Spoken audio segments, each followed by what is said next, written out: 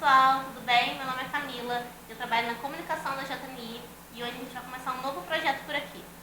O nome do projeto é Tempo de Mesa, e sempre estaremos com convidados especiais aqui ao redor dessa mesa para levar a palavra de Deus para vocês. E vou apresentar então quem são os componentes dessa mesa da noite. Opa! Do dia, do momento que você estiver assistindo. Bem, aqui ao meu lado a gente tem o Breno, vice-presidente da Juventude. Fala aí, Breno. Boa noite, é uma alegria estar aqui no primeiro episódio e espero que a gente tenha um tempo proveitoso de mesa. Show. E também temos um convidado muito especial para esse projeto de estreia, o pastor Felipe Borduan, responsável pela igreja atualmente de Nova Iguaçu, e que eu até perguntei, pastor, e aí quanto tempo de ministério? Ele, melhor não contar, eu vivo no ministério desde sempre, então não vamos falar quanto tempo você é pastor, vamos deixar assim, vamos guardar essa informação. Mas seja muito bem-vindo. Nosso propósito com o convite é realmente levar a palavra de Deus para a nossa juventude e sabemos que isso será canal de bênção para a gente hoje. Amém? Então vou deixar o Brando começar aí o barro da conversa, mas antes eu queria falar qual é o tema desse primeiro assunto, dessa primeira reunião, né? A Páscoa está chegando, vocês já sabem, e Páscoa não é dar chocolate, não é? Páscoa me remete muito a um momento de esperança, de tudo que foi destruído foi reconstruído com Jesus na cruz, né? E aí o nosso tema é esperança em tempos de medo. Afinal, a gente está vindo aí, eu nem sei dizer se é um fim de uma pandemia, se é uma pausa, mas temos vivido tempos, né, que causam esse sentimento na gente. Então, por isso que a gente trouxe essa temática para esse momento agora, para que o verdadeiro amor lance para todo medo. Então, que esse amor seja, que ele reine aqui nessa nossa conversa, para que quem estiver assistindo não tenha medo de encarar, né, os dias que estão por vir. Então, vamos começar, Breno? Vou deixar você começar aí as suas perguntas. Vamos lá, queria agradecer também a aceitação do convite, uma alegria estar na frente do Senhor. Sempre admirei o Senhor, eu lembro do culto que foi a transição, né, que o Senhor assumiu a igreja de Belfor Roxo, e desde aquela pregação que o Senhor deu, o Senhor me abençoou muito. Eu gosto de pessoas que gostam da Bíblia, estudar a Bíblia e compartilhar as Escrituras, né? E o Senhor tem esse dom, esse talento. E muito do que a gente vai conversar hoje é baseado no livro do Timothy Keller, que o Senhor falou que conhece, A Esperança em Tempo de Medo. Mas antes de falar da Páscoa, que a gente comemora hoje, a cerimônia que a gente comemora hoje, né, eu queria que o Senhor discorresse para a gente como que surgiu a Páscoa, de onde surgiu essa ideia da Páscoa. Foi o povo de Israel que começou a Páscoa, a gente sabe que começou lá no Antigo Testamento, e a gente gostaria que o Senhor falasse um pouco sobre a história da Páscoa. Bom, mais uma vez, muito obrigado por esse privilégio de estar participando desse início, desse novo projeto. Tenho certeza que vai abençoar muitas vidas e eu me sinto honrado de poder fazer parte dessa história, né? Eu me sinto pastor jovem, né? Mas eu estava lembrando que minha primeira licença, né, como ministro foi com uns 22 anos de idade. E eu recordo que fui no altar da igreja de Mesquita, recebendo a licença, e o pastor Amadeu Aparecido Teixeira, né, ele disse, olha, eu comecei meu ministério com essa idade também, né? Hoje estou com 38, então eu deixo para o pessoal de casa aí fazer os cálculos. Ok? Mas que tema importante, né? A Páscoa. A nossa cultura, principalmente a nossa cultura ocidental, nós valorizamos muito o Natal, né? E glória a Deus, temos que valorizar, né? Não teria Páscoa se não houvesse o Natal. Mas nós precisamos lembrar que para nós cristãos a Páscoa é o clímax da nossa fé cristã, é o verdadeiro significado. Sabemos que sim, não haveria Páscoa se não houvesse Natal, mas o Natal não teria sentido de ser se não houvesse Páscoa. É a Páscoa que dá sentido para o Natal. A Páscoa é o cumprimento pela razão da qual Deus se fez carne por intermédio do seu Filho Jesus. Então, nós compreendermos isso é muito importante, né? Agora, onde tudo isso começou? Nós sabemos que o Antigo Testamento, Breno e Camila, ele, como diz Hebreus no capítulo 8, o Antigo Testamento ele é a sombra do que haveria de vir. Então, nós precisamos ter todo esse entendimento histórico do desdobramento da Páscoa para a gente entender qual é o significado que Cristo vai revelar na plenitude dos tempos. Quem vai falar isso é o apóstolo Paulo, em Gálatas 4:4. Ele vai dizer, olha, na plenitude dos tempos, Cristo se manifesta. Então, em teologia, tem até um termo que eu gosto muito, que vai falar sobre a revelação progressiva de Deus à humanidade. Então, o Antigo Testamento é como se fosse um embrião, uma semente, e que ela vai se desdobrando. Então, para a gente entender a plenitude dos tempos, é interessante a gente olhar o Antigo Testamento. Quando começou isso? Né? Começou no Egito. Né? E é até interessante, né, porque a Páscoa é esperança, a Páscoa tem a ver com liberdade, com salvação e com vida, mas ela vai surgir num momento de escravidão, né? Num momento muito difícil que o povo de Israel estava vivendo. E Deus, então, levanta Moisés, em seguida Arão, junto com ele, para libertar o seu povo. Né? E a 10ª praga, né, para que realmente Faraó libertasse o povo de Israel, foi a praga onde foi dito que um anjo da morte, né, passaria por cima. Né? A palavra Páscoa vem do hebraico Pessá, que significa passagem por cima ou passagem por alto. Né? A nossa tradução mais para o português, para ser mais inteligível, seria uma passagem por cima. Né? Então, todos os primogênitos do Egito morreriam, esse anjo da morte tocaria em todos os primogênitos, não só de humanos, mas até dos animais. Então, ali, Deus dá uma ordem para o povo de Israel que eles sacrificassem o cordeiro, olha só, já apontando para o cordeiro de Deus, já apontando para Jesus.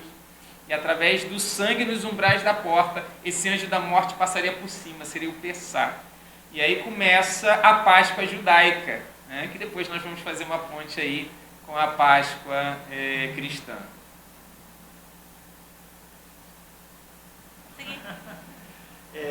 Só para entender, gente, é que eu estou com 2 metros de teologia, entendeu? Então eu vou ficar mais de ouvinte. Dentro da Páscoa ainda no povo de Israel, a Páscoa era a cerimônia mais importante logo depois da saída do Egito. Sim. A gente sabe que tinha outras festas importantes, né, outras cerimônias importantes, mas a Páscoa era a mais importante para o povo. Agora, eu queria destacar essa questão que você comentou, né? O povo de Israel tinha várias festas. Eu acho isso muito lindo, que eu creio que nós cristãos precisamos resgatar esse sentido de celebração. Eles celebravam por tudo, né? Até as ervas amargas, que era a festa dos pães, né, sem fermento, né, os pães ázimos, como está nas nossas traduções bíblicas, que era uma festa que depois se uniu com a Páscoa, porque ela é anterior, mas na verdade eram festas diferentes, mas era uma festa. Então eles estavam ali comendo pão sem sabor para lembrar, olha, nós amargamos, né, o Egito, principalmente na teologia, dentro da Igreja do Nazareno, a gente usa muito o Egito como analogia do mundo, né, como analogia de sofrimento, da morte, escravidão do pecado. Então eles comiam pão ázimo, mas era uma festa, né, gente? Olha, nós sofremos, tinha ervas amargas, mas era uma celebração. Eu creio que a gente precisa resgatar muito essa questão da alegria, né, que o povo de Israel tinha, e é um princípio que nós herdamos do judaísmo. Né? Agora, a Páscoa era o clímax, né? Representava realmente a superação do mundo, né? Era a superação de tudo aquilo que eles passaram no Egito. Eu gostaria de aproveitar até para fazer uma ponderação, que eu acho muito interessante, é muito comum, até nós mesmos, pregadores, às vezes falar, o povo ficou escravo, né, tanto tempo. Eu já ouvi até um argumento conversando, eu tenho, vou falar assim, amigos, né, mas muitos conhecidos, né, ateus, né, e eles usavam isso muito como argumento, que Deus é esse que permite que o povo fique 400 anos escravo no Egito. Só que quando você vai fazer uma análise cronológica, você vai perceber que o povo não ficou 400 anos escravo no Egito. Né? Eles não entraram lá escravos. Né? Passaram muitas gerações até que a escravidão fosse implantada. Então, muitos estudiosos, você encontra essa informação até fácil. Por exemplo, na Bíblia de Estudo Cronológica, você vai perceber que essa escravidão provavelmente durou só uma geração, no máximo 80 anos. Claro que a escravidão, né, de um dia é horrível, né? Mas não foi uma escravidão. Eles entraram lá como um sinal da proteção, da bênção de Deus, do cuidado de Deus. Né? Mas em seguida, depois de uma geração, Deus resgata o povo dessa situação através da Páscoa. Né? Mas eu acho que quando as pessoas comentam isso, não é porque Deus é esse. Né? Eu acho que eles nunca entendem que é um plano maior, né? Que Deus sempre está vendo à frente. Outro dia eu falei até na célula, fugindo um pouco do assunto, mas acho que tem um pouco a ver, né? Como que José do Egito perdoou os irmãos. Por exemplo, ele precisou ser vendido, ele precisou ser preso, ele precisou passar por um processo para que chegasse lá na frente, ele abençoasse quem amaldiçoou ele, né, que foram os irmãos. Porque Deus via um plano completo, né? E a gente só vê o que está na nossa vista mesmo. Então, assim, é se limitar, né? E entender que a maior obra que Deus está a fazer não é o que Ele faz por nós, mas é o que Ele faz em nós. É entender que, ainda que a Bíblia fale que realmente José foi fiel em tudo, mas se a gente vai analisar a história, a gente percebe que ele teve os benefícios do pai, ele era aquele que delatava os seus irmãos, então provavelmente havia uma certa vaidade, um certo orgulho dentro dele que Deus também estava trabalhando. Né? Tem que ser foi mimado, né? Então Deus trabalhou também na vida dele, né? Não foi através dele libertou e salvou toda uma nação, né? Mas Deus também ele passou a ser alguém melhor, com certeza. Isso que o senhor falou sobre resgatar as festas, eu achei muito interessante, porque realmente, hoje a gente vive as festas que são mais comerciais, que é a Páscoa, que é chuva de chocolate, e o Natal, que comercialmente é a época mais vendida do ano, né? Então, assim, parece que realmente, não sei se eu falo besteira, mas parece que realmente a gente permite que as coisas do mundo influenciem as nossas atitudes, os nossos costumes, sendo que tem muito mais, né? Acho que essas festas que o senhor citou é como se fosse para realmente lembrar o que Deus fez. E a gente só lembra em abril e em dezembro. E parece que tem um espaço vazio. Não, né? Tem muito mais que Deus fez, tem muito mais que a gente possa lembrar nesse período, né? É muito boa essa colocação. É isso que eu ia acrescentar, porque, como o senhor falou, as festas, as cerimônias eram muito didáticas para o povo, né? Como a Camila acabou de falar, era para lembrar algo que Deus tinha feito. E hoje a gente até comemora, a gente até tem a Páscoa, tem o Natal, mas não é tão didático como Deus queria que fosse, né? De ensinar algo durante a celebração, durante a Páscoa. Ensinar, a gente teve um período que a gente era escravo, mas Deus nos libertou, nos tirou da mão do opressor. Então acho que a gente, o senhor pode falar melhor, né? Que a gente está perdendo essa coisa didática de ensinar através das cerimônias da Bíblia, que a Bíblia mostra pra gente. Né? Eu gostaria muito de pegar um gancho nessa fala de vocês dois, que é muito importante, né? Primeiro, já começando do fim para o início. Alguns teólogos vão até afirmar que, na verdade, não existe ateu, porque, no fim, quem não serve ao verdadeiro Deus acaba servindo ao Deus Mamon, que é o Deus riqueza, né? Que é o dinheiro, que esse que é o problema, porque se comercializou, né, até a fé. Né? O Natal é comércio, né? A Páscoa hoje é comércio. Agora, eu queria fazer um contraponto, porque sempre quando a gente fala de Páscoa, principalmente no nosso meio cristão protestante, a gente só, por exemplo, bate no coelho, no ovo, né? E tem a sua razão para isso, mas eu queria fazer uma defesa histórica, né, assim, da fé cristã com essas questões. Por quê? Inicialmente, quando a gente fala tanto do ovo, do coelho, eu vou até além, vou aqui falar de outras práticas, como, por exemplo, até o uso de imagens no cristianismo histórico, você vai perceber que a ideia inicial era uma ideia pedagógica. Né? Então, por exemplo, agora você imagina, você está a partir do quarto século, quando a igreja parou de ser perseguida, né? Em 312 houve o Edito de Milão por Constantino. Então ali ele não para só de perseguir o cristianismo e várias outras religiões menores eram proibidas, né? Mas o cristianismo era a que mais impactava, tanto que o Edito vai falar muito do cristianismo. E para de ser perseguida. E aí a igreja já vinha se expandindo, mas agora com uma liberdade se expande mais, principalmente no Império. Só que, como o Império ele envolvia todo mundo conhecido daquela época, imagina, né, você tem uma base, né, lá na Itália. Como é que você vai ensinar? Tá? A gente está falando do século IV, V, VI, né, início, baixa Idade Média. Como é que você vai ensinar cristianismo em Mesquita, na Baixada Fluminense? Vamos dizer assim, né? Claro que essa região ainda não... Então, qual era a ideia de muitos cristãos naquela época, que eles estavam na liderança? Lembrando que, é bom fazer esse parênteses, que nessa época, inclusive na Reforma Protestante, poucos eram os letrados. Lembrando que nessa época a gente ainda não tinha a Bíblia como temos hoje. Então as pessoas, né, não eram letradas, ok? E mesmo quem era letrado não tinha acesso à Bíblia. Eu estou falando muito do início do século. Se eu falar no século XIII, o filósofo Alain de Botton, num dos seus livros, ele vai falar que uma pessoa riquíssima no século XIII e letrada, ela teria, no máximo, 3 livros.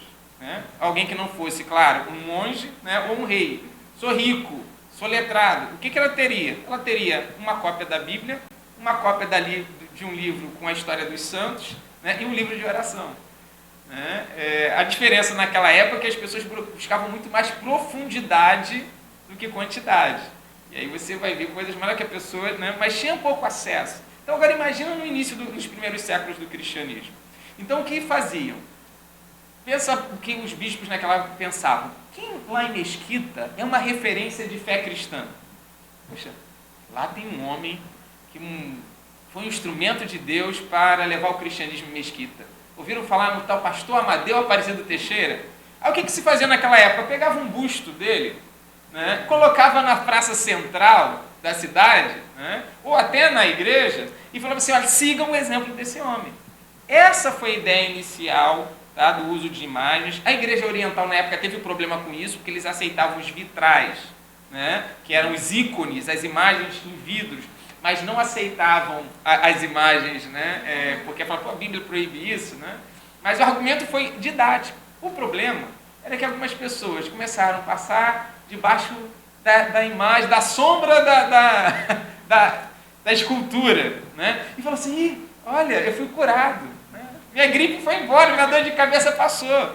E aí começou de forma popular o povo usar essas questões de maneira equivocada. O fato é que quando se institucionaliza a igreja, principalmente com o catolicismo romano, que vai ser criado só em 380 depois de Cristo, eles vão se aproveitar dessa fé popular do povo. Então, onde eu quero chegar, gente? Não estou defendendo o ovo nem o coelho, mas quando você entende que houve uma proposta inicial pedagógica de mostrar, principalmente para crianças na época, olha, o coelho é fértil, e já que a Páscoa representa a vida, né? O ovo, a questão do sabor, né? Que no Antigo Testamento era erva amarga, mas agora, olha, a salvação chegou.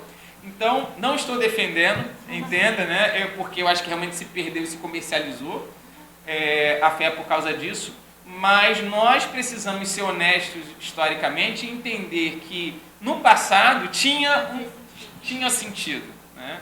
Hoje realmente se comercializou e a gente precisa rever que estratégias usar como igreja, esse é um desafio, para que a nossa fé não continue sendo comercializada dessa maneira, né? Eu acho que a gente precisa ser até um pouco mais, vamos dizer assim, vigorosos quanto a isso, né? Eu já ouvi até de um não cristão uma vez falando que, olha, eu não compro presente de Natal, porque para mim isso é manipular um empresário, né? Eu estava numa entrevista, ele falou assim, é manipular não só a fé das pessoas, mas é manipular, porque no dia seguinte aquele produto que estava lá em promoção está 50% mais barato. Então, talvez, né, a igreja precisa se posicionar de alguma maneira, né, que venha realmente mostrar que nós não nos vendemos, como Wesley, né, John Wesley, um pastor do século XVIII, ele fez, por exemplo, com todos os pertencentes ao movimento metodista. Todo o açúcar produzido na Inglaterra, né, era, ou fora da Inglaterra, mas que a Inglaterra consumia, era fruto de obra escrava. E o que ele falou assim, nós somos crentes, nós vamos fazer o seguinte, nós não somos contra a escravidão, então vamos mostrar na prática, nós não vamos consumir mais açúcar. Imagina. Mas deu certo, porque isso foi uma forma de prática de realmente não compactuar com isso. Né?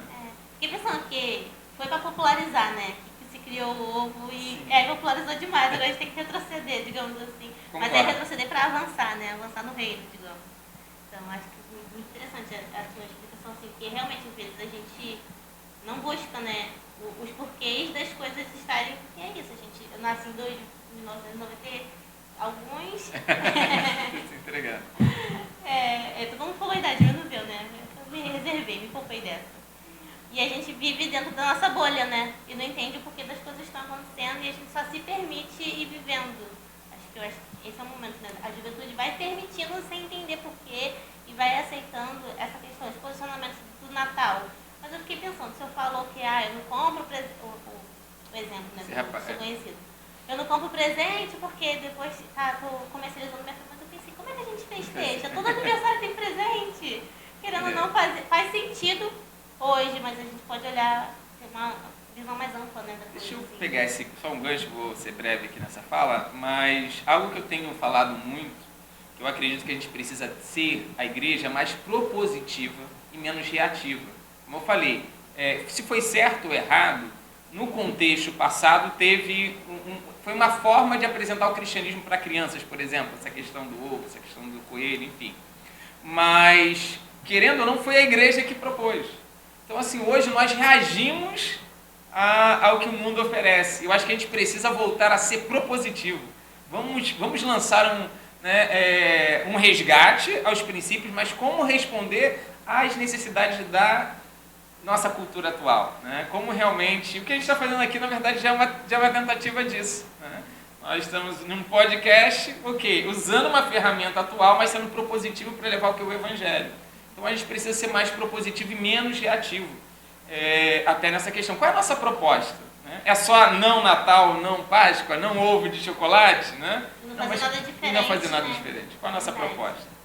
Uma coisa do aniversário, de festa, a gente sabe que na época de Jesus não se comemorava aniversário. O povo não tinha aquela coisa, uma vez por ano, bater parabéns. O mais importante para eles era o nome que a pessoa carregava. Então a identidade era baseada no nome, a identidade da pessoa era baseada no nome dela, não na festa para ela, aniversário dela.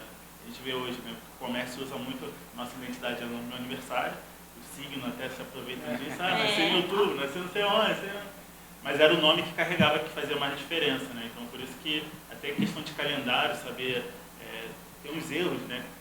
Quando que Jesus nasceu, o ano de Jesus, porque não se contava nessa época, né? Nasceu em tal data, tal horário, como é hoje, né? Que era mais importante o nome da pessoa, onde a pessoa nasceu, a região que ela, a identidade dela era. Filho de quem? Filho de quem? Filho de quem? É verdade. Jesus, ele provavelmente nasceu entre, né? Os estudiosos vão botar um período de 6 a.C. até 4 depois de Cristo. Então, espaço bem Demorou a chegar no considerável. cartório, né? Porque a gente tem vez que é assim, não, nasci 2 dias antes, por exemplo, meu pai só chegou no cartório nesse dia, então foi o caso de Jesus, né? O cartório estava muito longe. Se hoje acontecem esses problemas, né? Imagina naquela época. Sim. Continuando, eu queria perguntar para o senhor sobre, trazendo para o Novo Testamento agora, né? A Páscoa, ela foi substituída pela ceia para nós, assim, a gente não faz sacrifício do cordeiro, a gente não... Até o senhor explicar um pouquinho por que a gente não faz mais sacrifício, como nem o povo judeu faz hoje em dia, né? Mais sacrifício como era feito antigamente. Como é que foi essa transição, mais ou menos assim, se você puder explicar? Primeiro assim, o judeu, ele não faz porque o templo foi destruído, né? Então, os mais ortodoxos, eles ainda aguardam, na verdade, a reconstrução do templo para um retorno. Outros vão simplesmente ressignificar essa questão, estão aguardando ainda o Messias. Que até me assusta, porque a esposa é professora de hebraico bíblico, né? Então ela teve muito contato. Vamos chamar ela aqui, né? Sim, você vai gostar. Ela teve muito contato com essa questão dos judeus e tudo mais, né? E é interessante quando eles vão falar do Messias e por que Jesus para eles não é o Messias, eles apresentam que o Messias que eles estão esperando tem todas as características do anticristo, de Apocalipse. É algo assim assustador, mas que ao mesmo tempo comprova, né, que realmente vai acontecer, né? Esse falso Cristo, esse anticristo, né, vai aparecer. Mas fazendo essa ponte da Páscoa, né, do Antigo Testamento, essa passagem para a Páscoa cristã ou a ceia cristã. Primeiro, na maioria das literaturas, né, ou quase todas, nós vamos encontrar Jesus ressignificou a Páscoa. Não está errado, né? Agora, eu tenho uma perspectiva que, até porque eu já falei aqui no início, como o Antigo Testamento, né, a revelação é progressiva, e o Antigo Testamento, como diz Hebreus 8, é sombra, né, eu não entendo Jesus de forma específica assim, ressignificando, mas eu entendo Cristo ele trazendo a luz para o verdadeiro significado. Né? Então aquilo lá foi uma maneira, e Deus, né, é o mestre dos mestres, ele vai usar de uma maneira pedagógica lá atrás. Gente, a gente está falando de um povo muito primitivo, né? Você está falando lá, e vai como mostrar, apontar para esse Cristo que viria só 3.000 anos depois. Então eu acho assim, Deus realmente é muito inteligente, meu Deus, né? Ele tem todo o saber. Mas você vai ver lá em Gênesis 3,15, o que a gente chama de proto-evangelho, né? Ele já anunciando, olha, da sua semente, mulher, né? Você vai pisar na serpente. Né? Então, olha só que maravilha, foi a maneira didática que Deus teve para ensinar aquele povo. Então, ainda que eu não julgue, tá errado falar que Jesus ressignificou, eu acho que é mais coerente teologicamente falar que ele trouxe luz àquilo que era sombra. Olha, na verdade, isso apontava para o que eu estou fazendo aqui agora. Esse é o significado daquilo tudo acontecer, como se fosse assim. Né? Exatamente. Quem é o cordeiro? O próprio João, né? O Batista, o batizador, né? Alguns no Novo Testamento ele sempre fala, aquilo que vocês ouviram, vocês estão vendo acontecer agora. Exatamente, né? Não, o Sermão do Monte foi todo momento, né? E alguns vão falar assim, porque ele veio para cumprir a lei. Então ele não estava mudando a lei, ele estava cumprindo a lei. Então ele falou assim, olha, isso aqui que foi dito é com esse propósito. Né? Quando disse, não adulterarás, né? Olha só, o propósito é o seguinte, não é uma questão só externa. O adultério não está só na conjunção carnal, o adultério está no coração, está na mente. Né? Então, olha, o que eu vim trazer é uma purificação até dessas intenções. Mas é muito louco, digamos assim, eu sempre lembro, eu acho a pergunta muito assim, ingênua. Mas como assim eu vou voltar para o útero da minha mãe e nascer de novo quando Jesus... Mas assim, porque pra gente já é muito óbvio. A gente já cresceu, já nasceu ouvindo isso. Agora você vai ouvir isso pela primeira vez. Algo todo 100% novo, né? Então, assim, por isso que eu acho que escandalizava tanto. Porque aquilo que você nasceu, cresceu ouvindo, não é que Jesus mudava, mas ele efetuava, né? Era a ação, a lei se efetuava nele, né? Através dele. Eu, assim, não sei se é empatia, mas eu fico pensando, realmente, esse povo devia ficar louco com Jesus ali. Porque, como essas coisas que você aprendeu a vida toda, ele fala, não, é assim, mas não é tão assim. Vamos te mostrar aqui do outro lado. Então, Camila, apesar de que muitos estudiosos da Bíblia vão falar que era mais claro para eles, talvez, do que para nós, pela proximidade histórica, né? Então, muitas das coisas que para a gente, às vezes, a gente tem maior dificuldade de compreender, né? Para eles, né? Por exemplo, Jesus, em João capítulo 8, quando ele está fazendo um dos últimos sermões dele, ele vai dizer que não comer da minha carne e não beber do meu sangue. Isso para o judeu era realmente algo, como você falou, né, muito confrontador. Mas espera aí, eu vou comer da carne de alguém? Né?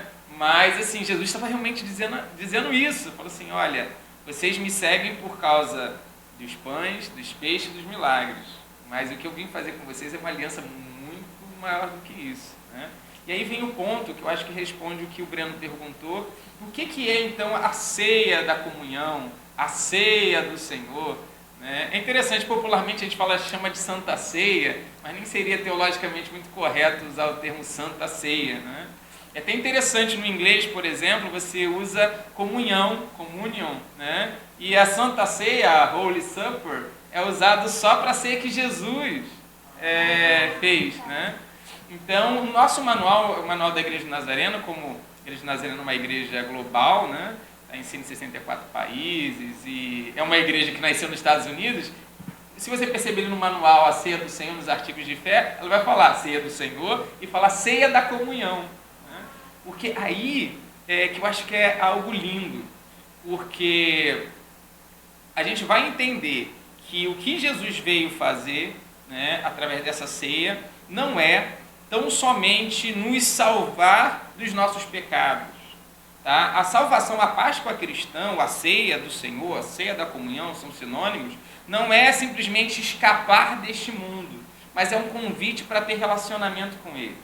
Né? Tanto que Martinho Lutero vai dizer, né, que eu prefiro estar, né, num porão preso com Cristo do que estar num palácio sem Cristo. Então não é o local. Né? É claro que Apocalipse vai apresentar ruas de ouro, né? Rio de cristal, né? Isso tudo como símbolos, né, da grandeza do que é o novo céu e nova terra. Mas o novo céu e nova terra só tem sentido por causa do relacionamento. Vocês me permitem, Lucas 22, né, que vai falar da ceia, um dos textos que falam da ceia, né, os 4 evangelistas falam da ceia, né, mas cada um traz uma coisa diferente.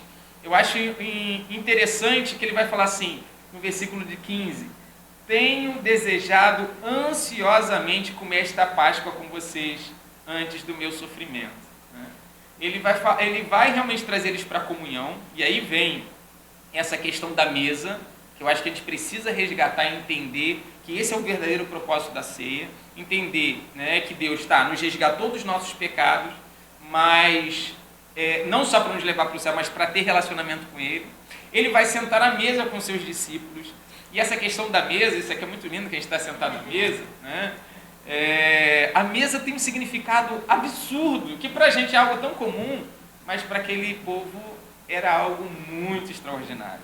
E aí eu gostaria de aproveitar essa ponte para falar um pouco de mesa, né? Se você for ver desde Gênesis, as primeiras alianças que eram feitas entre nações, entre tribos, entre povos, eram através de uma refeição. Então se fazia uma refeição, okay? E ali você tinha uma aliança. E a gente pega um ponto aí, Breno, da questão do sacrifício. Porque a gente foca tanto para a nossa cultura, é algo até meio chocante. Ai, sacrificava os animais. Mas aquilo é mais do que um sacrifício. Tinha essa simbologia de mostrar o Cristo, né, apontado ali como Salvador do mundo. Olha, sangue teve que ser derramado, né, porque Deus é santo, Deus é justo. Ele não teria como simplesmente falar assim, olha, eu perdoo vocês. Como é que Deus vai negar a própria natureza dele, né? Eu costumo até dizer isso, né? Que o pessoal fala, eu não acredito que Deus vai mandar alguém para o inferno, ele é tão bom, né? Mas esse é o problema é que Deus é bom, e por ele ser bom, ele não pode negar, ele tem que punir o pecado. Um juiz bom não libera um criminoso. Mas ele é justo, né? Exatamente. Um juiz bom, ele tem que condenar aquele que cometeu um crime, ponto, né? Então é interessante isso. O sacrifício vem para satisfazer, mas o sacrifício desde antes da lei de Moisés, estou falando lá de Gênesis, ele tinha esse propósito da mesa, da refeição, da aliança. Por que fazer um sacrifício para Deus? Na verdade, Senhor, eu tenho uma aliança contigo. É como se fosse um convite, Senhor, senta aqui conosco, né? Como foi orado aqui antes de a gente começar esse podcast, foi mais ou menos, essa questão Senhor, esteja presente, né? Esse é o convite da ceia. E Jesus vai falar exatamente isso. Aí você vai ver em Gênesis, fazer uma aliança, tinha refeição. A refeição e a mesa era o cartório daquela época. Era onde você sacramentava. E eu vou além, a aliança é algo tão sério, né, que você vai ver que quando Josué, né, ele se encontra com os gibeonitas, e os gibeonitas enganam Josué. Eles vão chegar lá e falar assim, não, nós viemos de longe para fazer aliança com você e com o seu Deus. E Josué, a Bíblia diz que ele não consultou o Senhor e fez aliança. No dia seguinte ele vê que aquele povo, na verdade, era vizinho dele, e a ordem era que ele tivesse destruído aquele povo, né, e conquistado aquela terra, trouxesse juízo. Ele não pôde fazer nada, porque ele falou assim, olha, nós fizemos uma aliança, nós sentamos à mesa juntos, né? Então olha a força da aliança, né? Isso vai até para o casamento. Casamento não é contrato, é aliança. Então, não tem essa história, não, mas eu fiz precipitadamente. Não, mas você fez uma aliança, assim como Josué fez com os gibeonitas. E teve, falou assim, não, a nossa aliança agora é para sempre, porque nós fizemos uma aliança diante de Deus. Não tem essa, não é um contrato. Agora, você vai ver, mesa passando, esse princípio da mesa indo até o Novo Testamento. Um judeu não sentava à mesa com um gentil. Um judeu, se entrasse, vamos dizer assim, numa igreja, está todo mundo sentado, falando que nessa época de Cristo, ele não sentava. Porque ele fala assim, eu não posso sentar com você, porque sentar à mesa com você significa que nós somos irmãos, que eu tenho aliança com você. A crença popular na época de Jesus era até mais pesada. Por que eles lavavam muito as mãos? Né? Vamos acusar Jesus, os discípulos de não lavar as mãos. Não era só uma questão higiênica, porque naquela época não tinha o conhecimento da biologia, dos micro-organismos que tem hoje. Eles entendiam que se uma criança ou um deles passassem por uma sombra de um gentil pecador, que eles poderiam trazer maldição para si. Era a teologia popular daquela época, né? E então o judeu não sentava à mesa. Paulo vai falar em Gálatas que ele briga com Pedro, por quê? Pedro estava sentado à mesa com os gentios, e quando vem os enviados de Tiago de Jerusalém, ele se levanta, né? E aí Paulo vai chamar a atenção dele. Então o significado de mesa significa, olha, nós somos um. Então a ceia, não é à toa que a gente chama ceia da comunhão. Jesus falou assim, eu queria sentar com você. E eu concluo esse pensamento, que eu acho que é o que mais mexe comigo, é que Jesus está sentando numa mesa com os discípulos antes de Pentecostes, e é nessa mesa que você tem um Judas, que estava preparando tudo para trair ele lava os pés de Judas e de todos. Era nessa mesa que você tem um Pedro, que vai negar ele 3 vezes, e ele fala, nesse momento, Senhor, eu estou pronto para morrer e ser preso pelo Senhor. Eu falei assim, poxa, Pedro, eu sei que você vai me negar 3 vezes, mas eu intercedi por você. Né? Então, é nessa mesa que nós vamos ter pessoas com tantas falhas, mas Jesus não desistiu delas. Né? Até Judas, eu ouso dizer, que quando ele recebe o beijo de Judas, né, e ele chama meu amigo. Meu amigo. A Bíblia vai falar que Judas é o que se tornou traidor. É ele que se tornou, mas Jesus até o fim deu oportunidade para ele, né, ser transformado. Então, a ceia da comunhão é esse convite a sentar na mesa e é ter aliança com Deus e uns com os outros. Não, ótimo. Uma coisa que o Timothy Keller fala no livro dele, né, sobre a Páscoa, ele fala que hoje a gente fala muito sobre o que aconteceu, não o que significa. Né? E o que o senhor está trazendo aqui para a gente é mais do que o que aconteceu, é o significado da Páscoa. Né? Eu vou adiantar uma pergunta que eu queria te fazer. A gente hoje vive uma era muito de pauta identitária, né? Tipo, a mulher, é o homossexual, é o homem, é o negro. E o senhor está falando da mesa, né? Que essa mesa de Jesus é uma mesa onde recebe vários tipos de pessoas, né? Que mostra que recebe tanto aquele que aparentemente é o perfeito, ele se achava, caramba, ainda que todo mundo te negue, eu nunca vou te negar, nunca vou te deixar, né? E eu queria que o senhor explicasse assim, porque ontem eu estava na igreja do Recreio, o pastor Adiel falou que a igreja por um tempo restringiu muito o acesso à ceia, né? Só vai cear quem está assim, está assado e tal. O pastor Adiel disse que a gente tem que passar a responsabilidade, participar da ceia da comunhão, mas é uma ceia aberta para aqueles que querem estar próximos de Jesus, né? Queria que o senhor explicasse um pouco isso. Se a ceia é aberta para todo mundo, como que a gente tem que chegar na ceia? Muito boa pergunta, né? E ainda me lembrou mais, né? Que Jesus estava Jesus sabia o que ele ia passar, ele chama e fala assim, eu vou sofrer. E a Bíblia vai dizer, ainda no Lucas 22, a partir do verso 24, que eles começam a discutir na mesa. Poxa, quem é o maior? Ele está falando assim, olha, o ministério está se completando, e a discussão deles, quem é que vai assumir? Quem é que é o maior? Quem que ele está? Se eles soubessem, né, agora o fim não queria substituir. Todos os apóstolos sofreram muito, né? Pedro, provavelmente, diz os estudiosos que ele era mais velho, e a cultura daquela época era diferente da nossa, né? A gente valoriza o caçula, né? Naquela época, quem era valorizado era o primogênito. O primogênito tinha que levar o nome da família, recebia a herança dobrada, responsabilidade também. Então, Pedro, será que sou eu que vou assumir, né? E foi esse tipo de gente que Jesus amou, né? E deu a oportunidade para assim, não, ele verá o fruto do penoso trabalho da sua alma, né? Eu acho que ele já estava enxergando lá na frente, graças a Deus por isso. Então, o convite, ele realmente é para todos, né? Agora, esse convite para a mesa, como você disse, Paulo vai dizer em 1 Coríntios 11, né, 23 em diante, ele tem que ser tomado com muita responsabilidade. Essa mesa, né, é para aqueles que têm aliança com o Senhor. Tanto que ele vai falar antes, ele vai falar em João 8, né, quem não comer da minha carne, ele convidou a todos. Mas alguém, por incrível que pareça, a gente só bate nesse cara que falou isso e dispersou. Imagina, provavelmente pelo menos 20 mil pessoas seguiam Jesus. E ele vai pregar, Jesus vai falar, quem não comer da minha carne não beber do meu sangue. Aí alguém levanta e fala assim, dura esse discurso. Ele entendeu, ele falou assim, olha, participar dessa mesa é um compromisso muito grande. E ele fala isso e a Bíblia diz que as multidões se dispersam. E aí Jesus poderia, imagina, você tem uma igreja de 20 mil, de repente só tem 12, por causa de uma pregação. E aí ele vira para os 12 e fala, vocês não querem ir embora também não? Para onde iremos nós, Senhor? Se só tu tens as palavras de vida eterna.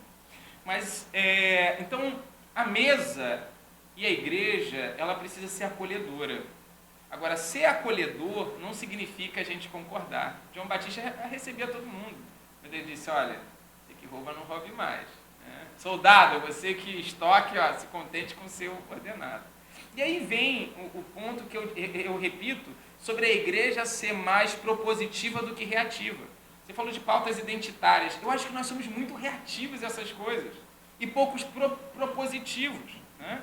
Eu vi essa semana mesmo. Olha, num grupo de igreja, que eu não vou citar o nome. Né? Um grupo. Não, foi um debate muito interessante, né? mas houve uma crítica importante à igreja, né? Mas, ao mesmo tempo, eu fui à defesa da igreja. Eu falei assim, olha, vamos lá. É muito interessante falar que a igreja é preconceituosa, que a igreja não aceita isso, não aceita aquilo outro. Aí eu falo assim, olha, estou fazendo agora 7 anos que a gente faz trabalho com morador em situação de rua. Na rua atrás da nossa igreja tem um prostíbulo, né? E a maioria ali são travestis. Eu falei assim, ó, eu nunca vi nenhum desses que defende as pautas identitárias ajudando esse público. Tá? Mas há 7 anos, quem abraça esse povo é lá. Onde é que eles bebem água? Onde os travestis bebem aqui? Estão se prostituindo. Quando eles chegam lá chorando, quem é que dá um abraço neles? Então, o nosso não é o discurso, somos nós que recebemos. Né? Quem está, às vezes, alimentando, mostrando para eles que eles podem ter uma vida melhor. Né? Teve um casal que, assim, eu fiquei muito impactado, já tem 6 anos essa história. Né? Eu parei o carro na igreja, né? E ela estava se prostituindo, não sabia ainda que eu era um pastor, que eu estava chegando em Nova Iguaçu, estou há 4 anos em Nova Iguaçu, e a gente já faz esse trabalho desde da Central de Nazareno, Central de Belford Roxo. E ela foi, abordou, eu falei assim, Deus te abençoe. Né? Aí ela, desculpa, pastor. Né? Só que aí eu fui simplesmente conversando com ela, vi que o marido dela estava lá. Eu pensei, esse aqui é meu marido, pastor, eu me prostituo por causa disso, não tem condições. E aí eu orei por eles. Né? Deus, de forma miraculosa, né? Eles com problemas com drogas, Deus abriu uma porta de emprego para eles. Né? O último contato que eu tive com eles conseguiram uma casa lá dentro de Belford Roxo e saíram da prostituição. Então o discurso é muito bonito, né, desses movimentos. Minha esposa, que é mais especialista em feminismo, essas coisas todas, né? É interessante, um dia vocês têm que falar desse assunto, ela entende bem mesmo, historicamente. Aí eu vou falar mais sobre as com certeza. Mas, no fim das contas, quem está na ponta é a igreja. Tá? E aí imagina a Mesquita, há quase 50 anos atrás. Por isso que eu estou falando que a gente tem que ser propositivo. Né? O testemunho do pastor Amadeu, o que ele fez? Né? Tinha um ministério para isso. Eu não me lembro se o ministério era o Ministério Vida Nova, ou Nova Vida, alguma coisa assim. E ele com a esposa psicóloga, o que eles faziam? Eles tinham quando ele falou assim, olha, a igreja 50 anos atrás teria muita dificuldade de ver uma pessoa travesti entrando na igreja. Porque hoje isso já é mais comum. Aí o que ele fez? Fez um culto específico, porque ele falou que tinha muita prostituição e essa prática da homossexualidade, pessoas se prostituindo. Aqui em Mesquita, fez um culto específico para ele. Né? Eu vou citar aqui só um caso, porque poderia citar vários, né? Mas Pastor Nilo, negrão, altão, fortão, né? Falou que foi evangelizar. Um desses estava se prostituindo, falou assim, olha, nós temos um culto especial para você, queremos convidar você para ir na nossa igreja. Aí falou assim, eu na igreja, meu pai é crente, né? Minha família não me aceita. Não, se você for lá, eu vou entrar com você de mãos dadas na igreja. Aí falou que ele falou assim, duvida, aquele jeito, você é negão, vai entrar comigo. Eu vou entrar, vou estar lá na portaria. Se for, eu vou entrar de mãos dadas com você na igreja. Pastor Nilo, do jeito brincalhão que ele está, não foi que o rapaz foi todo enfeitado. Quando chegou, o pastor Nilo fez questão, né, de pegou ele pelo braço, botou aqui assim, ó, e começou a entrar no meio. Falou que ele começou a chorar, começou a arrancar peruca, começou a arrancar tudo. Mesmo antes de começar o culto, ele entregou a vida para Jesus. Né? Temos pastores e pastoras hoje, conhecidos no nosso meio, que são frutos dessa época, desse trabalho. Né? Foram libertos, têm testemunhos fantásticos. Se isso não é nós sermos acolhedores, acho que eu estou falando, a gente precisa ser mais propositivo. Não só ficar debatendo, né, com argumentos, mas mostrar que no final das contas, quem está realmente acolhendo não são os que defendem essas pautas, que na verdade estão usando esse público para benefício político, para benefício próprio, porque quem cuida de verdade é a igreja. É a igreja que está lá de madrugada, é que escuta o choro, que vê a dificuldade, que dá a cesta básica, né, que consegue um emprego para que a pessoa não precise se prostituir mais. Então, eu sou defensor da igreja porque são os fatos que eu vejo. E eu não vim de uma família cristã, eu fui o primeiro evangélico da minha família, então eu tenho muita facilidade de perceber, vamos dizer assim, hipocrisia, né, quando é só uma questão religiosa e como é a prática. E graças a Deus, pelo menos na realidade da nossa igreja, a gente tem cumprido muito bem esse papel. O senhor falando me fez lembrar da mulher samaritana. Porque Jesus parou para falar com uma mulher que talvez pelos homens era vista como objeto e pelas mulheres como rival. Porque, né, 5 maridos, não próximo, se esse morrer, o próximo é o meu, né? Quem sabe ela não pega o meu também. Então, assim, eu imagino como ela era vista no contexto dela, né? Na cidade onde ela morava. E ele foi, ele parou, e ele ouviu, e ele abraçou, ele fez tudo isso que a igreja hoje faz, né? Então, eu acho que, quando você foi falando, me lembra muito desse exemplo, porque era realmente isso que acontecia, a gente só tá seguindo as pegadas, só tá seguindo o exemplo, né? E quando Jesus vai falar para Pedro, né? Entenda, ele recebeu eles na mesa, mas ele vai contar, Pedro, quando você se converter, apacenta, cuida dos seus irmãos. Né? Então, olha que interessante, né? A ceia é realmente essa passagem de uma vida que você era escravo do pecado, mas agora para uma vida de santidade, para uma vida de saúde espiritual. Né? Não é esse amor que hoje prega, esse amor que não é bíblico, né? Esse amor água com açúcar, onde o significado de amor hoje é o quê? É você aceitar tudo. Né? Mas que Deus é esse? Quem ama, diz a palavra de Deus em Hebreus, que quem ama disciplina. Que quem não tem disciplina, na verdade, é bastardo. Uma pessoa que não é disciplinada, isso é uma prova de que, pelos seus pais, é uma prova de que ele não é amado. Né? Então, graças a Deus que ele é aquele que fala, eu não te condeno. Mas ele também fala, poxa, mas vai, não peques mais. O Ricardo, essa semana, até deu o exemplo, né? Que o pastor Amadeu encontrou com ele, aí ele está sentindo que o senhor quer falar comigo, né? O pastor Amadeu falou, enquanto eu quiser falar contigo, é porque eu me importo contigo, né? Então, é realmente bem uma questão de pai e mãe, enfim, interessante. Voltando um pouquinho para a temática da Páscoa, eu queria que o senhor contasse um pouco, que quando foi até conversando antes com o Breno, ele falou assim, Camila, quando a gente fala de Páscoa, a gente pensa em quê? Eu falei que eu penso em esperança, mas muita gente pensa em sacrifício. Sim, faz parte. Faz parte, mas o sacrifício ele foi só o começo, o real motivo da Páscoa, que foi a ressurreição, né? E aí eu queria que o senhor contasse um pouco mais, que eu gostei muito disso que o Breno falou, a gente não está só contando os fatos, e sim o significado daquilo, né? O que esse sacrifício significa para que houvesse a ressurreição, porque parece que a gente só vê que a gente para na crucificação, a gente acha que a gente para ali. Mas o grande legado de Jesus foi ele ter ressuscitado, né? Eu falei com ela, Pedro morreu crucificado e estudiosos dizem que foi de cabeça para baixo, outros foram decapitados, outros foram cortados ao meio. Tivemos muitas mortes, né? Muitos mártires na história. Mas a questão é que Jesus ele não só morreu, né? A questão é que ele ressuscitou. E isso que é a esperança, né, da Páscoa. O apóstolo Paulo ele vai afirmar que se Cristo não ressuscitou, como alguns estavam começando querendo, né? Ele até vai dizer, vai perguntar, porque houveram testemunhas, olha, mais de 500, primeiro os discípulos, depois 500 viram ele, né? Então haviam pessoas na época de Paulo, deve ter sido uma experiência maravilhosa, né? Imagina você, olha, não sou eu só que estou dizendo, existem várias pessoas, inclusive não cristãos, que viram Cristo ressurreto, né? Tanto que hoje, academicamente falando, nem se discute mais que Jesus não existiu. Isso era um argumento ateu que já caiu por terra, né? Porque tem muitas evidências da vida de Jesus Cristo.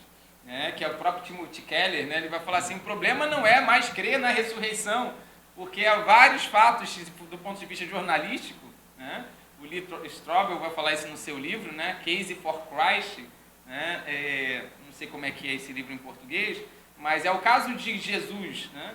Onde a esposa dele se converte e ele era ateu, queria ensinar seu filho também no ateísmo, e ele vai então como jornalista aclamado de Nova York, ele vai falar assim, eu vou provar para minha esposa e para minha família que Jesus não existe, né? Que a ressurreição é uma possibilidade. E ele começa a simplesmente usar as técnicas de jornalismo, né? E ao estudar, ele vai falar assim, olha, não tem como negar, né, que Jesus existiu, que a vida, a morte e a ressurreição dele, do ponto de vista jornalístico, não aconteceu. É um filme essa história também. Se tornou um filme, né? Foi um livro, né, que virou best-seller e se tornou um filme. Então é muito interessante isso. Então é o que o Breno falou, é real. A ressurreição é real, é um fato histórico. Agora, né, o que isso implica para nós? Né? Então Paulo vai dizer, olha, se Cristo não ressuscitou, não há esperança. Comamos e bebamos, porque amanhã morreremos. Então nós temos uma esperança. Nós, por incrível que pareça, né, como eu não vim, né, como eu disse, eu não vim de uma família cristã, mas eu tive o privilégio de ter muito acesso a livros, eu tive muitas tias que eram professoras, então eu sempre gostei de estudar desde cedo, né? E eu tive muito acesso a muitos filósofos, sempre gostei. Então eu li Sartre, eu li Nietzsche, né? E muita gente fala assim, não, eu perdi a fé lendo esses grandes ateus, né? Eu falo assim, pelo contrário. lendo eles me aproximou mais, porque eles vão reconhecer que sem Deus a vida é um absurdo. Né? Tem um livro do Jean-Paul Sartre que ele vai falar que é o absurdo da vida. Ele vai falar assim, olha, do ponto de vista existencialista, que a proposta que eu tenho para o mundo, olha, minha filosofia de vida é essa, é o existencialismo. E qual é a conclusão que ele chega? A vida é um absurdo. Ou seja, você vai ter que conviver com vazio e que esse clamor que há dentro de nós, por significado, não tem como ser preenchido com o conhecimento humano. Não é suficiente. Sem Deus a gente entra no niilismo, né? Exatamente. É tudo... Né? Aí vai o que Dostoiévski vai falar nos Irmãos Karamazov. Né? Se Deus não existe, tudo é permitido, então não tem lei. Só que nós, dentro de nós, já temos, né? Até quem não é cristão, ele tem uma noção de certo e errado. De onde é que vem isso? Né? Paulo responde em Romanos, isso já é a graça de Deus impressa no nosso coração. Já é Deus vindo ao nosso encontro. Então a gente já tem essa pulsão. Eu gosto muito de como C.S. Lewis, que foi um ateu, né, e se torna um dos maiores escritores cristãos do século XX, e ele foi muito absorvido pela psicanálise freudiana, e Freud vai usar um princípio que ele vai usar, esse mesmo princípio do cristianismo. Ele vai dizer o seguinte, olha, em nós há uma pulsão, né, para usar o termo de Freud, há uma pulsão pela comida. Só que essa pulsão que é inconsciente, é interna, que gera, né, no corpo uma necessidade, começa no inconsciente, mas gera uma necessidade, existe a comida para satisfazer. Né? Há uma pulsão pela bebida, poxa, mas existe no mundo real a água para satisfazer. Né? Existe uma pulsão dentro do ser humano pelo sexo, né? E existe uma forma de satisfazer. E aí o C.S. Lewis vai dizer o seguinte, se eu encontro em mim uma pulsão para um sentido, para algo que seja eterno, né? Que seja transcendente, isso só pode significar que existe esse transcendente, que nós fomos criados para o mundo, que não é esse. Né? De onde é que vem essa pulsão? Quem colocou isso dentro de nós? Né? Então, se todas as outras pulsões têm uma maneira de satisfazer, esse vazio, como já disse, salvo engano, Francis Bacon, filósofo, ele vai falar que dentro do ser humano há um vazio do tamanho de Deus. Ou seja, só ele pode preencher. E aí o que o mundo faz? E é isso que eu acho importante, o Timothy Keller trabalha muito isso, é você comparar a esperança cristã com a esperança do mundo. Como eu já disse aqui, a esperança do mundo, em Nietzsche ou em Sartre, né, que são os aclamados pela academia, né, é uma esperança morta. É a esperança que Paulo dizia, comamos e bebamos, aproveite o máximo que você pode, porque amanhã você vai morrer, você vai ir para um nada. Né? Mas a esperança cristã não. A esperança é entender que, olha, Cristo venceu a morte, que nós não aceitamos a morte. Por quê? Se desde que, né, o mundo é caído, né, desde Gênesis 3, nós sabemos que a morte existe, por que a gente não simplesmente não se acomodou a ela? Porque Deus não nos fez para morrer. Né? Nós não somos eternos, porque só Deus é eterno, porque Deus não teve início e não tem fim. Isso é eternidade. Nós somos perenes, tivemos início, mas nós nunca vamos ter um fim. Né? Ou com Deus, na ceia eterna com Ele, na Páscoa eterna, né? Ou, né, num lugar de tormento, que na verdade não é nada mais, nada menos do que a ausência de Deus. Né? Deus nos ama tanto, que Ele não nos obriga a estar com Ele. Né? E aí Ele vai dizer, né, ou a gente diz, Senhor, seja feita a sua vontade, eu quero estar contigo, eu tenho prazer em estar contigo. Ou naquele dia Ele vai dizer, né, então seja feita a sua vontade. Você escolheu viver sem mim, só que eu sou a vida, eu sou a fonte de todo bem, né? E fora de mim não há vida, só há sofrimento. Mas Deus respeita até isso. Que amor é esse? É que o amor liberta, né? O mundo diz, né? O amor liberta. Então, Deus nos deixa livres para escolher, né? Realmente, senão a gente seria escravo. Exato. E não seria filho. Enfim. Eu acho que o que eu acho mais interessante disso que você falou é que a palavra de Deus ele é imutável, né? As opiniões mudam, os reinos mudam, Sartre, Dostoiévski, enfim, as pessoas vão passando e os conceitos vão mudando, mas o conceito de Deus, né, da criação, do porquê de Jesus, isso não muda. Então, acho que para mim é o que mais me firma nisso, porque eu sou muito prática e às vezes um pouco racional, então eu preciso encontrar razão nas coisas. E para mim a palavra não muda, né? Deus é imutável, então acho que isso é o mais incrível. Pegando um gancho nisso, né, esse desejo que o ser humano tem, não só pela eternidade, não só pelo transcendente, há um desejo no ser humano também por justiça, sabe? A gente não aceita, né, esse mal que há no mundo.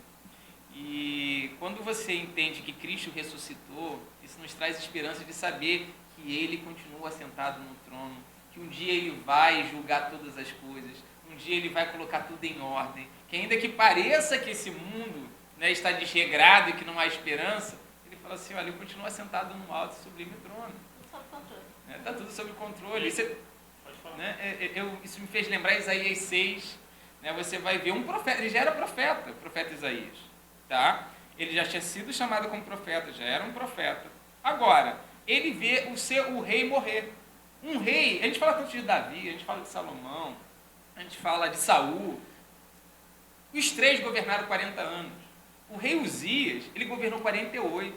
A Bíblia vai dizer que ele começou o seu ministério muito bem, de forma humilde, e por causa disso Deus deu paz e prosperidade para o reino dele.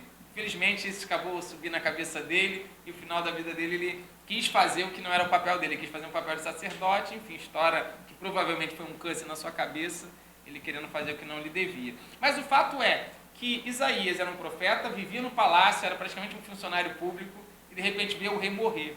A gente precisa entender que naquela época, rei morto, rei posto. Né? Ou seja, ia haver uma ia desestabilizar todo o governo. Por quê? Eu sou amigo do rei, o novo que está assumindo pode achar que eu sou um traidor, pode me mandar matar, né? E tudo mais. Então ele sente a carência de um rei. E aí como Deus se apresenta? Deus se apresenta como um rei sentado no trono. Que Deus é esse, né? Ele fala, Isaías, é um rei que você quer? Olha só, você está preocupado que você vai perder o teu cargo público, que podem até tentar te matar porque você era muito ligado ao rei, você está preocupado com tudo isso, né? Porque você perdeu um rei. Mas eu quero dizer o seguinte, o verdadeiro rei sou eu continuo assentado num alto sublime trono. Né? Um Deus que se revela de acordo com essa nossa necessidade. Né?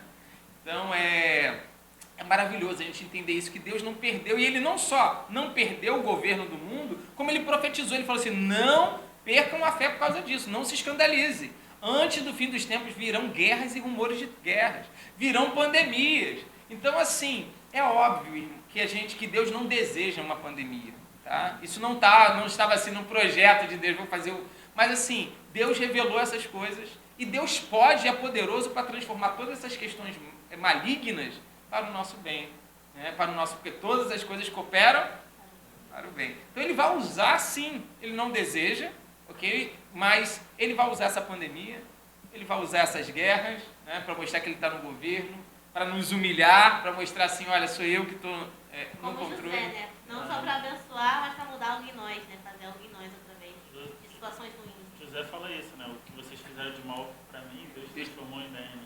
Exatamente. Então, assim, ter essa consciência desse propósito cósmico de Deus nos faz descansar. Como é que a angústia vai me abater? E aí eu queria fazer uma ponte com a Páscoa, né? E do Antigo Testamento, mas também com as pragas. As 10 pragas do Egito foram pragas para os egípcios, mas para o povo de Deus eram sinais de que a libertação estava vindo. Então, o que eu quero dizer? Nós estamos nesse mundo, estamos suscetíveis às pandemias, às doenças, às guerras. Mas nós cristãos temos que olhar para isso e entender que, assim como isso pode ser uma praga para o mundo e até um juízo de Deus, ok, para o mundo, isso para nós são sinais de que a verdadeira Páscoa, que é a verdadeira Santa Ceia que nós vamos ter com Ele na eternidade, está chegando. Então essas pandemias, essas guerras nos entristecem, né, como seres humanos, mas ao mesmo tempo a gente tem que, como povo de Israel no Egito, falar assim, olha, isso também são sinais de que as promessas estão se cumprindo, né, e que o fim, que na verdade o verdadeiro começo está chegando. Jesus ressuscitou. Mateus, Jesus fala para a gente ficar de olho nos sinais, né, como o senhor está falando, né, muitos cristãos, né, durante a pandemia receberam isso, não que a pandemia, como o senhor falou, é a vontade de Deus, né, mas muitos cristãos ficaram tão apavorados, tão sem esperança. Sim. Que muitos deixaram de ir para a igreja, pararam de ir para a igreja, mas como o senhor tem falado, é esperança. Pode falar. Quando o Breno falou que o tema seria esse, né, esperança em tempos de medo, eu até compartilhei com ele o versículo que veio a mim, que foi Hebreus 12:2. Aí eu vou ler para não falhar em nada. Conservemos os nossos olhos fixos em Jesus, pois é por meio dele que a nossa fé começa, e é ele quem a aperfeiçoa. Ele não deixou que a cruz fizesse com que ele desistisse. E aí eu entendo que ele não deixou que o medo que ele tinha, né, de Jesus teve a angústia, impedisse dele chegar no propósito. Pelo contrário, por causa da alegria que lhe foi prometida, ele não se importou com a humilhação de morrer na cruz e agora está sentado ao lado de Deus. E aí veio muito assim de contra mim, porque é isso, a gente não pode deixar que o medo nos impeça de chegar no propósito, né? A pandemia dá medo, os rumores de guerra causam medo, acho que é normal, acho que por isso que Jesus se coloca nessa posição de também viver esse momento de angústia, para a gente entender que, ok, tudo bem, você é um ser humano, mas que isso não pode nos impedir de chegar ao propósito maior, né? Que nós possamos estar também com Deus. E hoje esse versículo bem assim, amarrou para mim muito bem essa situação, né? Olha, uma das maiores experiências que eu tive com Deus foi nessa pandemia. Porque, mais uma vez eu digo, né, quem está na ponta, no final das contas, é a igreja. Né? E no meio da pandemia nós tivemos que visitar gente doente. A gente teve que orar com gente com Covid. Né? E eu tive grande experiência. Hoje, grandes obreiros que nós temos foram frutos desse período. Né? Então, a esperança nunca pode, ou melhor, o medo nunca pode sufocar a nossa esperança. E Cristo é o nosso exemplo em tudo, não só pelo que Ele fez por nós na cruz, mas Ele é um exemplo de como é que Ele suportou isso. Né? E o texto que você leu é perfeito. Ele também tinha esperança. Né? Ele falou assim, não, peraí, eu sei o trabalho que eu estou cumprindo. É o que o profeta Isaías vai dizer no Isaías capítulo 53, verso 11. Ele verá o fruto do penoso trabalho de sua alma e ficará satisfeito. Ou seja, o que estava na mente de Cristo, passando por toda aquela injustiça e aquela maldade vindo sobre ele, né? E provavelmente ele estava pensando num dia como esse, poxa, um dia eles vão estar falando sobre isso, né? Eles vão estar, olha só, valeu a pena, olha só, a juventude lá em 2022 e falando desse amor, né? Valeu a pena.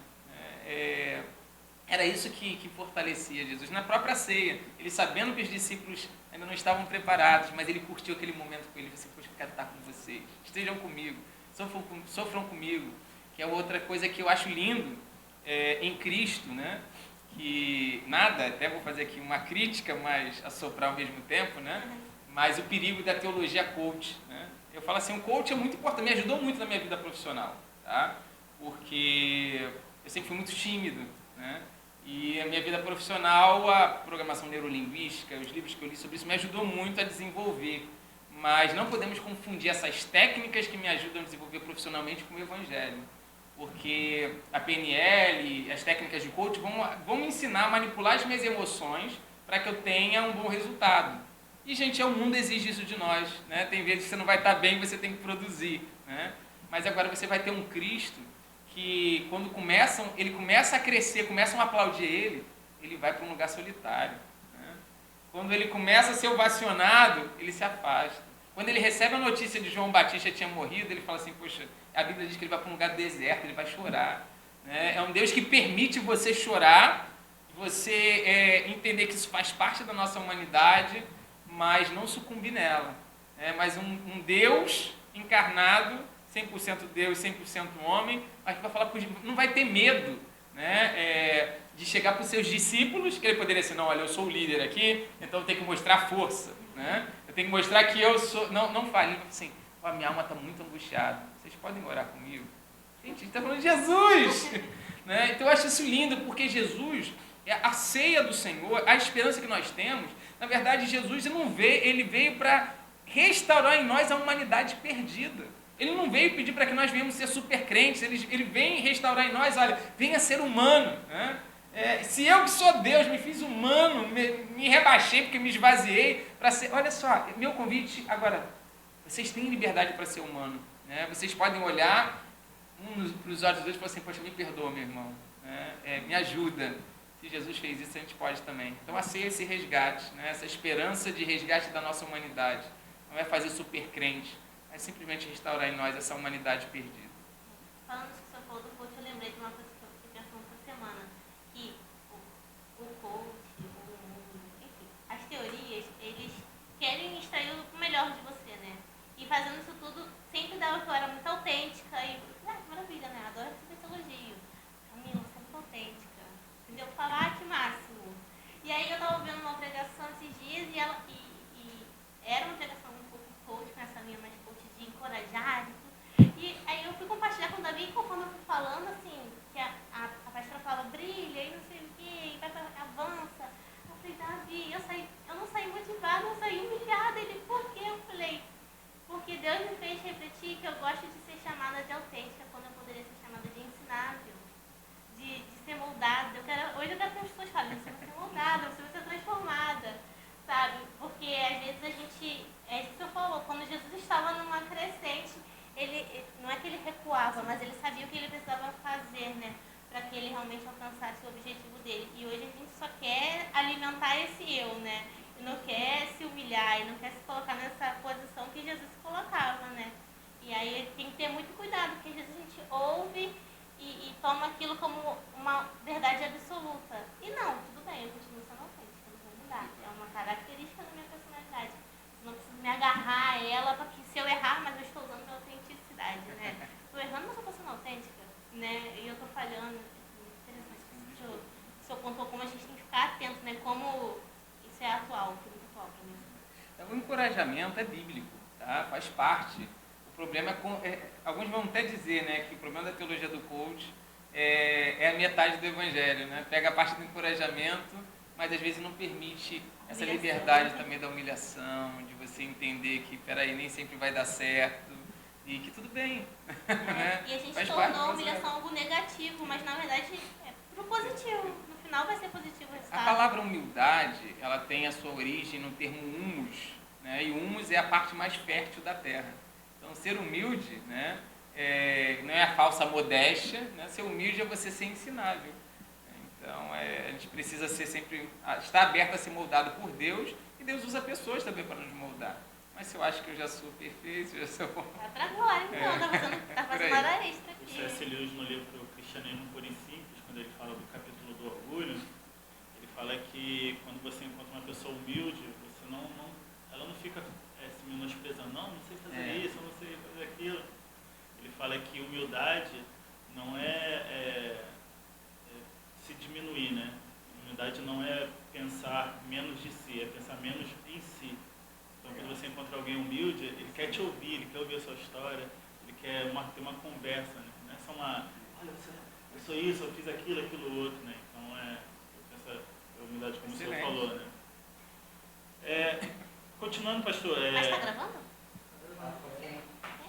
Isso aí que a gente Pode esperar a última hora. Não fala voltando, não, que a gente não voltou, a gente não saiu de lugar nenhum. Eu queria falar ao senhor sobre essa geração hedonista, como hoje é tudo em busca do prazer, se sentir bem, né? Eu costumo falar, eu sou professor de escola dominical, eu costumo falar que o jovem hoje tem Jesus como um whey protein, né? Que é algo que só um suplemento da vida, quando algo está difícil, precisa de uma força para algo, que Jesus não é a totalidade da vida, né? Que a vida é Ele, né?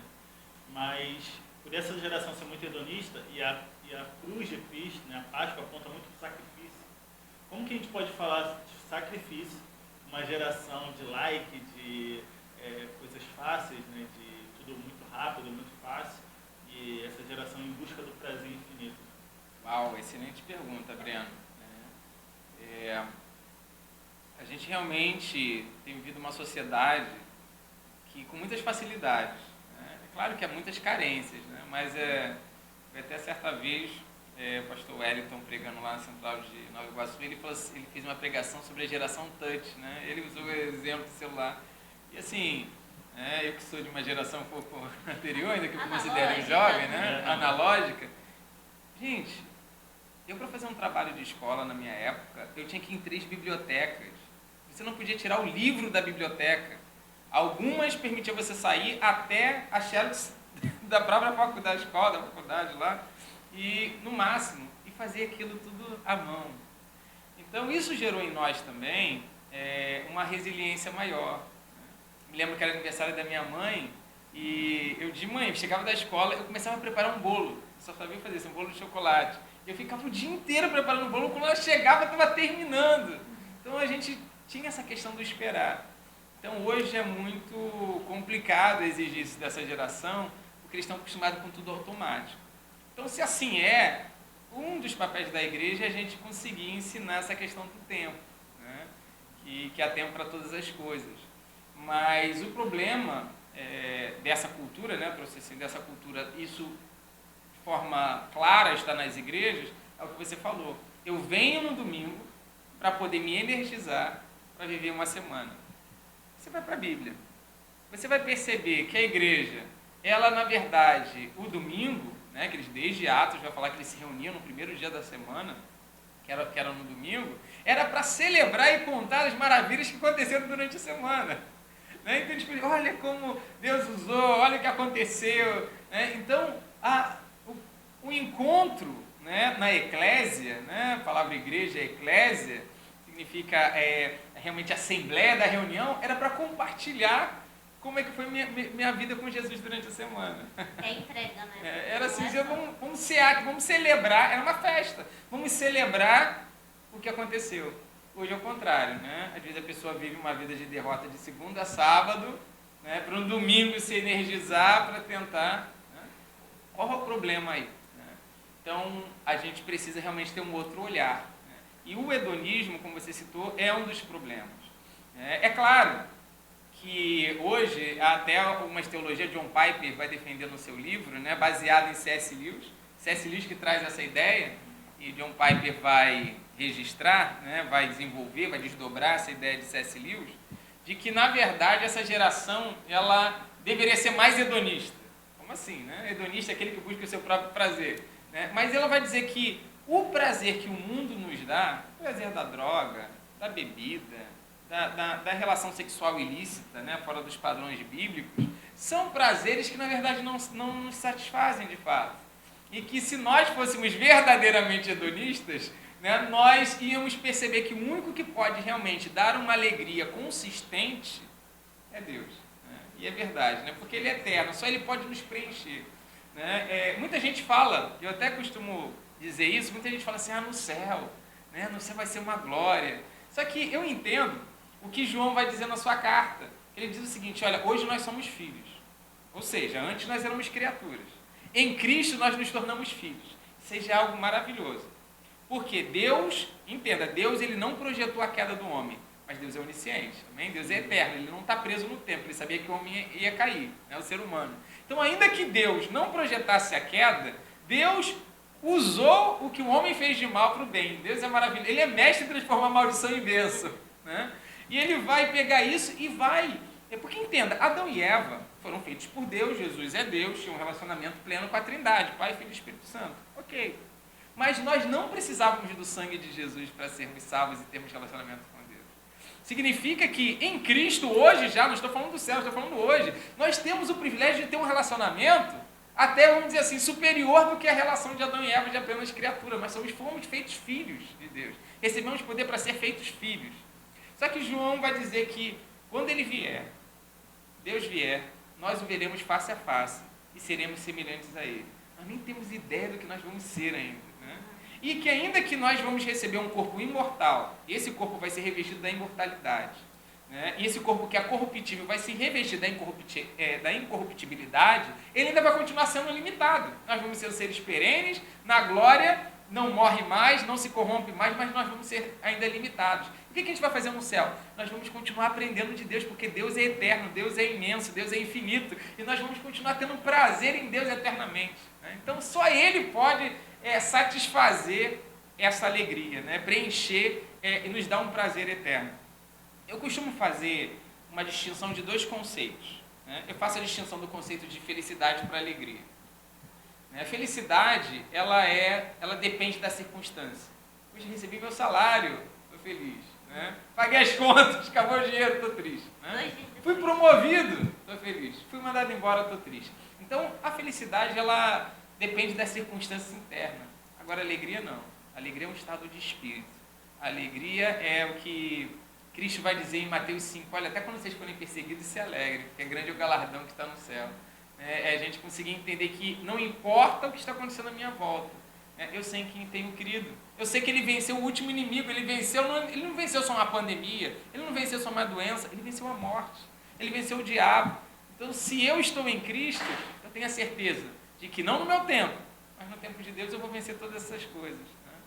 Então, eu creio que a gente, talvez, né, eu gosto da linguagem de John Piper e de Lewis, né, talvez para essa geração essa seja uma linguagem mais acessível, de falar assim, olha, existe um prazer que não vai ser momentâneo, né? Que não vai ser aquele que você bebe hoje, como quando eu não era crente, bebia porque era muito tímido, precisava me soltar para poder dançar nas boates lá, né? Então eu precisava daquilo, mas eu era escravo.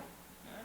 Agora, quando você encontra Deus, gente, é libertador, porque você encontra uma alegria que bebida nenhuma, né, prazer carnal nenhum pode nos dar. Paulo fala isso, né, em Filipenses, né, que aquilo que ele considerava como lucro, hoje ele considera como perda pela excelência do conhecimento em Cristo Jesus. E o senhor tem um testemunho bonito, né, que o senhor era um funcionário público, né, do Banco do Brasil, a gente até brincou que o senhor ganhava milhões, e o senhor abriu mão, né. Eu queria que o senhor contasse um pouquinho da sua história, nesse sentido de abrir mão, né, desse sacrifício que o senhor fez, por algo, um chamado muito maior, um propósito muito maior, né, e Viktor Frankl que fala, né, sobre propósito, né, sentido da vida. Sentido da vida, né.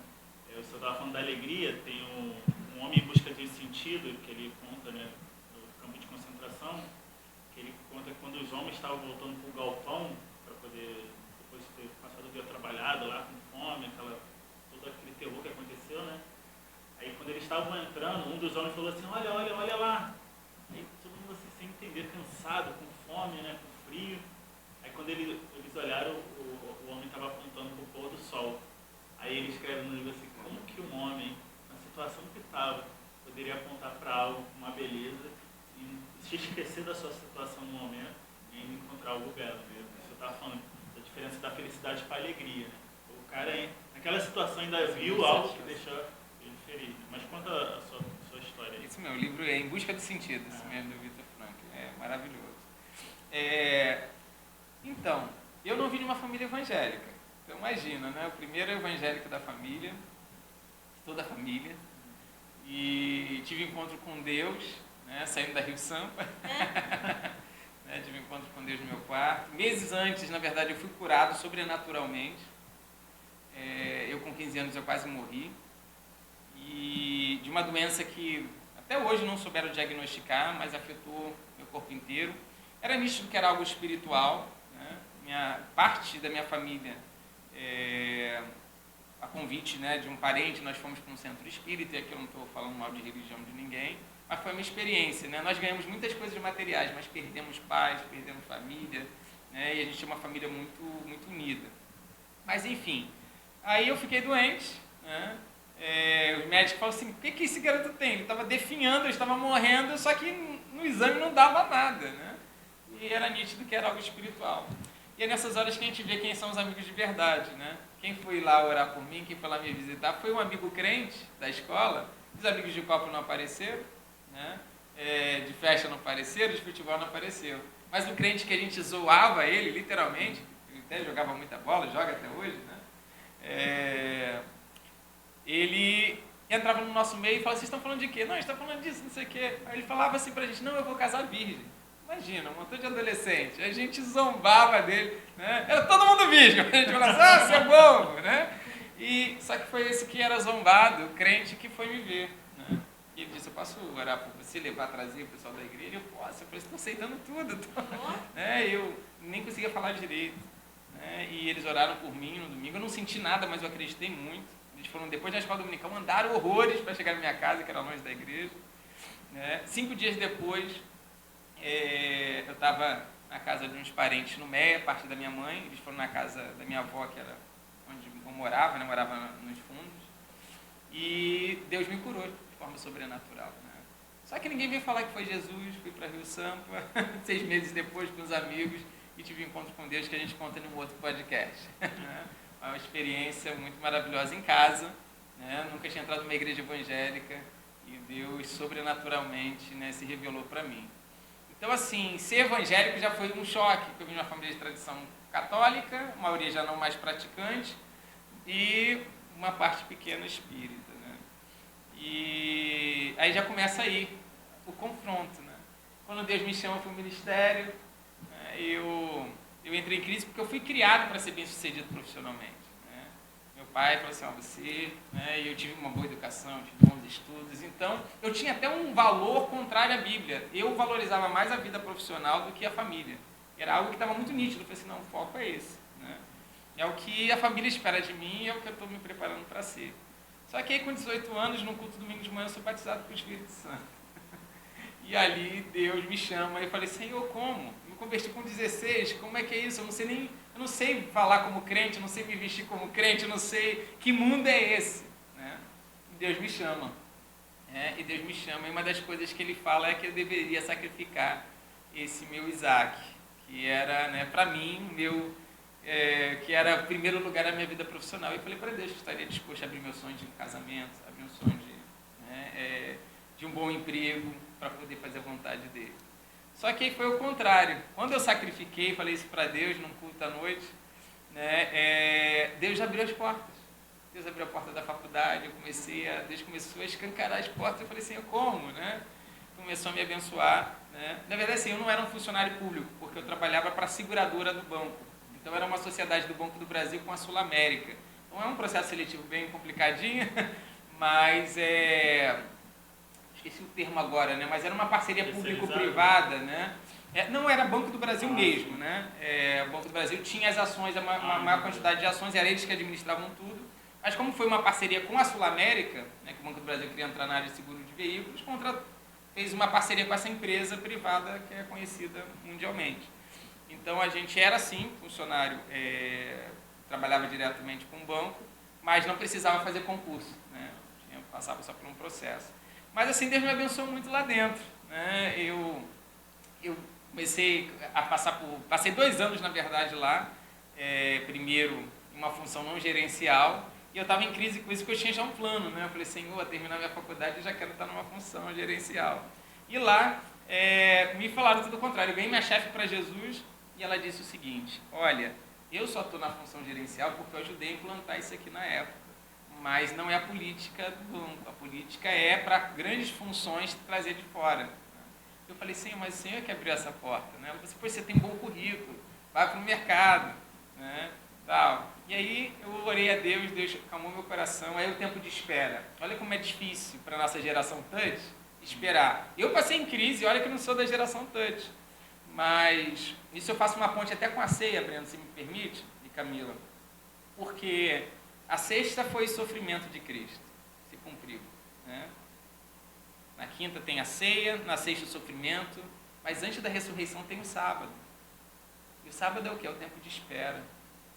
Como é difícil esperar, gente. Mesmo eu, como eu disse, que vim de uma cultura de aprender a esperar, gente, eu estava em crise, já com um bom salário, mas eu falei assim, mas não foi o que eu projetei, né? Mas esperar às vezes não é fácil, né?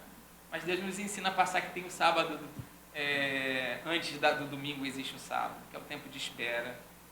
Você vai ver discípulos de Cristo indo já para Emaús, saindo do propósito. Deus misericordiosamente fala assim, olha, lembra da promessa, volta, né? E Deus é maravilhoso. Que foi numa ceia que os discípulos que estavam indo para o caminho de Emaús se lembram, né? E voltam. Mas enfim, o que eu quero dizer, né? Deus abriu todas as portas. Eu falei para ele que abriria a mão e ele me deu tudo. E aí eu passei por um processo seletivo. Eu fiquei 1 ano sendo preparado, tipo um programa de trainee, que aí veio um novo presidente, mudou a filosofia da empresa. Não, agora a gente vai valorizar a prata da casa. E aí Deus me abençoou muito. Eu recebi 2 promoções e eu recebi uma terceira. Fiz uma pós-graduação para assumir uma função voltada para analista de projetos. Eu já tinha ido para São Paulo pela empresa, que o Banco do Brasil comprou o Banco Nossa Caixa, e a gente foi para implementar lá, seguro, porque, desculpe os paulistas que nos escutam, né? Mas o Banco Nossa Caixa é um banco muito tradicional de São Paulo. Eles não queriam ser atendidos por cariocas. Tinha preconceito com os cariocas. Então a gente teve que ir lá implantar lá, né? E eu era o único na empresa que tinha, na época, essa formação de gestão de projetos. Todo mundo fazia a gestão da qualidade, Deus me deu acendeu isso, que eu falei assim, olha, a gestão da qualidade já está ficando algo ultrapassado. E eu vi que esse era o curso do momento, né? E eu fui e fiz o curso, né? E aí houve um processo seletivo, né? Minha chefe falou assim, só você tem essa formação, você já teve experiência diferente dos outros, você foi para São Paulo, você participou, você já trabalhou, mesmo como supervisor, você já trabalhou com projeto, então a vaga é sua. Só que aí o pastor de Semi tinha ido assumir uma outra igreja, né? A igreja tinha pedido para eu ficar, né? Como é que eu agora ia assumir uma função de projetos, provavelmente ia ter que fazer viagem, dar treinamento em seu lugar, assumir na igreja, né? E Deus me deu a graça de, naquela semana seguinte, ganhar essa chefe para Jesus. Eu fui na casa dela e ganhei ela para Jesus, e eu me lembro a imagem como se fosse ontem, né? Ela com os 2 filhos e o esposo, também ela era gerente também lá, da seguradora, ela era coordenadora, com as mãos estendidas, entregando a vida para Jesus. E eu me lembro um apartamento, 2 andares imenso em São Gonçalo, e eu diante de costas para a janela, né? E o Espírito de Deus falou, porque eu acho que eu não teria força para falar. E eu falei assim, eu quero agradecer a oportunidade, porque eu não vou poder aceitar a promoção, porque Deus está me chamando. Então ali, eu vou falar assim, talvez foi mais difícil depois, mas aqui eu senti uma paz no que eu estava falando. Pra você ter ideia, o esposo dela, né? Eu falei, mas eu moro em Belfor Roxo.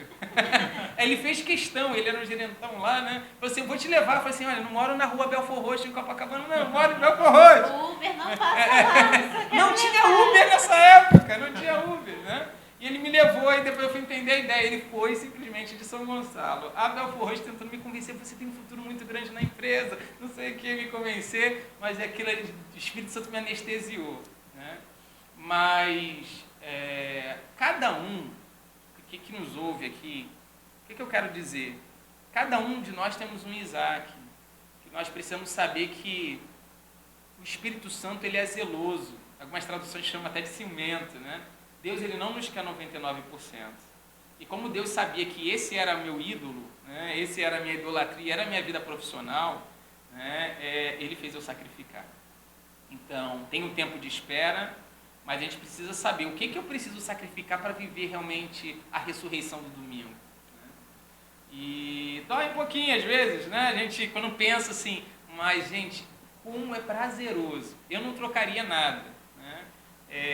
Do que eu deixei. Né? Alguns meus até amigos que eram meus funcionários, e eu falo assim, poxa, olha, eu estou ganhando tanto agora, olha, eu estou aqui agora naquela função. Né? Pode nem se comparar, porque senão ela fica chocando. Não, aí eu falo assim, gente, como eu dou graças a Deus por ter escolhido, porque hoje eu tenho a alegria e o prazer de saber que eu estou fazendo a vontade de Deus. Né?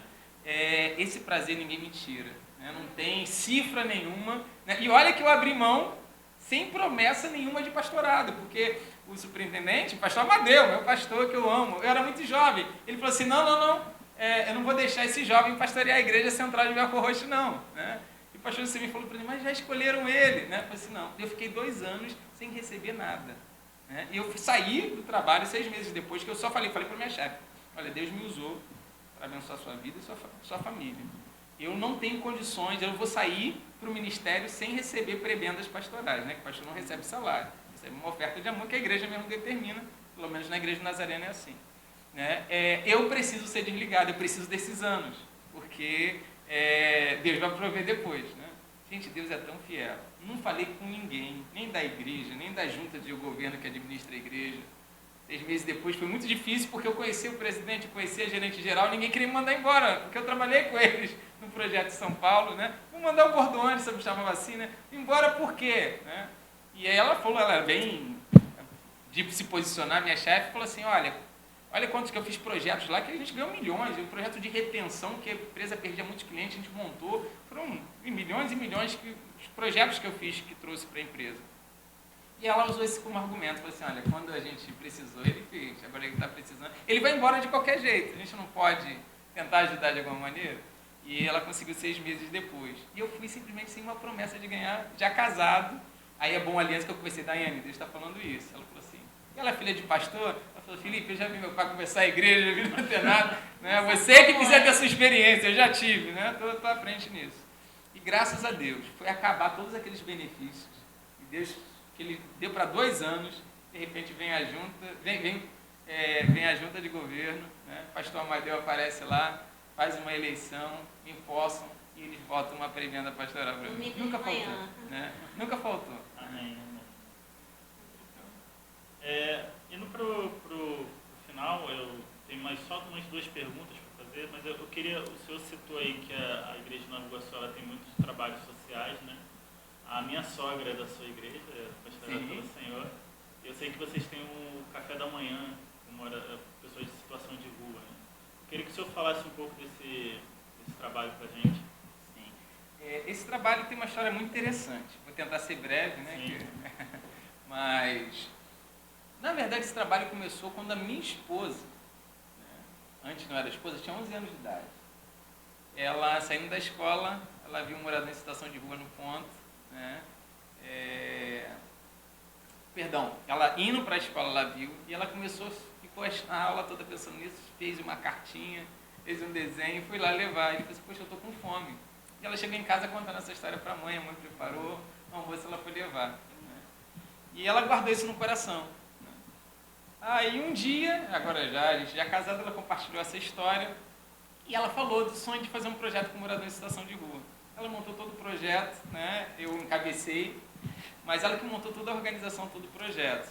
E aí começou lá na Igreja Nazarena Central de Belford Roxo esse trabalho. Né? E a gente teve ideia, eu já tinha feito esse tipo de trabalho à noite, com janta, com alguns pastores interdenominacional. E a gente percebeu que janta tem um problema da noite, né? Principalmente às sextas e tal. O pessoal está muito drogado, está se prostituindo, ninguém está aberto às vezes para ouvir o Evangelho. Né? Na noite o pessoal está... Mas só que de manhã... está acabando o efeito da droga, da bebida, a pessoa começa a pensar, e aí ela teve a ideia de fazer um café, e não janta. Né? E janta, eles me falaram, todo mundo tem, só que a gente passa às vezes o dia todo com fome. E aí a gente então passou a fazer um café da manhã, a gente leva um kit, que a gente faz um café, né? Um café com leite, um pão, uma fruta, às vezes tem um outro tipo de pão, e a gente monta esse kit e leva. Né? Só que esse trabalho já dura 7 anos. Comecei em Belford Roxo, trouxe para Nova Iguaçu, e a maioria em Nova Iguaçu, porque em Belford Roxo mesmo, que era a ideia da gente começar, quase não tem morador em situação de rua. A maioria vai para Nova Iguaçu. Né? Outra coisa que a gente foi, né, descobrindo com o tempo. E a gente teve cada história, Breno, que daria só um podcast para falar sobre esse assunto. Mas eu vejo isso como realmente o significado da ceia do Senhor. Né? Aquele convite para a mesa e da comunhão. Eu vou citar só aqui rapidamente alguns exemplos. Vou falar do Jorge. O Jorge era alguém trabalhador. Vocês conhecem o calçadão de Nova Iguaçu? Logo na primeira entrada, eu acho que a primeira entrada, tem uma pipoca ali muito famosa, né? Então, hoje mais não, tá, gente? Hoje ele está pintadinho, está fechadinho, mas na madrugada eu descobri porque que aquela pipoca era tão gostosa, né? Porque ali era o banheiro dos moradores em situação de rua. Era o tempero especial. Era o tempero especial, né? Brincadeira, gente. Mas, realmente, era ali naquela rua. E esse senhor a gente começou a atender. E a gente atendia, seguindo um padrão, até que o pastor Amadeu nos ensinou. Ele falou assim, olha, eu achava isso errado, e hoje eu entendo e acho que está certo. O pastor Amadeu falou uma vez na reunião de pastores, antes de você queira ganhar alguém para Jesus, ganhe para você. Eu falei assim, que heresia, que absurdo, ganhar para mim, ganhar para Jesus. Né? Mas hoje eu entendo o que ele quis dizer, porque às vezes a gente quer empurrar o evangelho goela abaixo do outro, né? E a gente não respeita o outro, a gente não mostra, né, que a gente se importa realmente com a pessoa, que a gente não está empurrando uma religião, a gente quer que ela experimente essa alegria que a gente tem, essa salvação, mas a gente precisa realmente se preocupar com a pessoa. E a ceia é isso. A ceia é Jesus vendo os discípulos cheios de problema, mas ele fala assim, poxa, eu quero estar com vocês. Isso é a ceia, isso é a Páscoa. Então, depois de um tempo, eu me senti na liberdade de pregar para ele. Eu achei, e aí ele falou para mim, pastor, eu sou muito grato, né? Que ele sempre pedia água para tomar remédio, né? Um dos poucos que pediam água. E aí ele tinha a metade do corpo paralisado.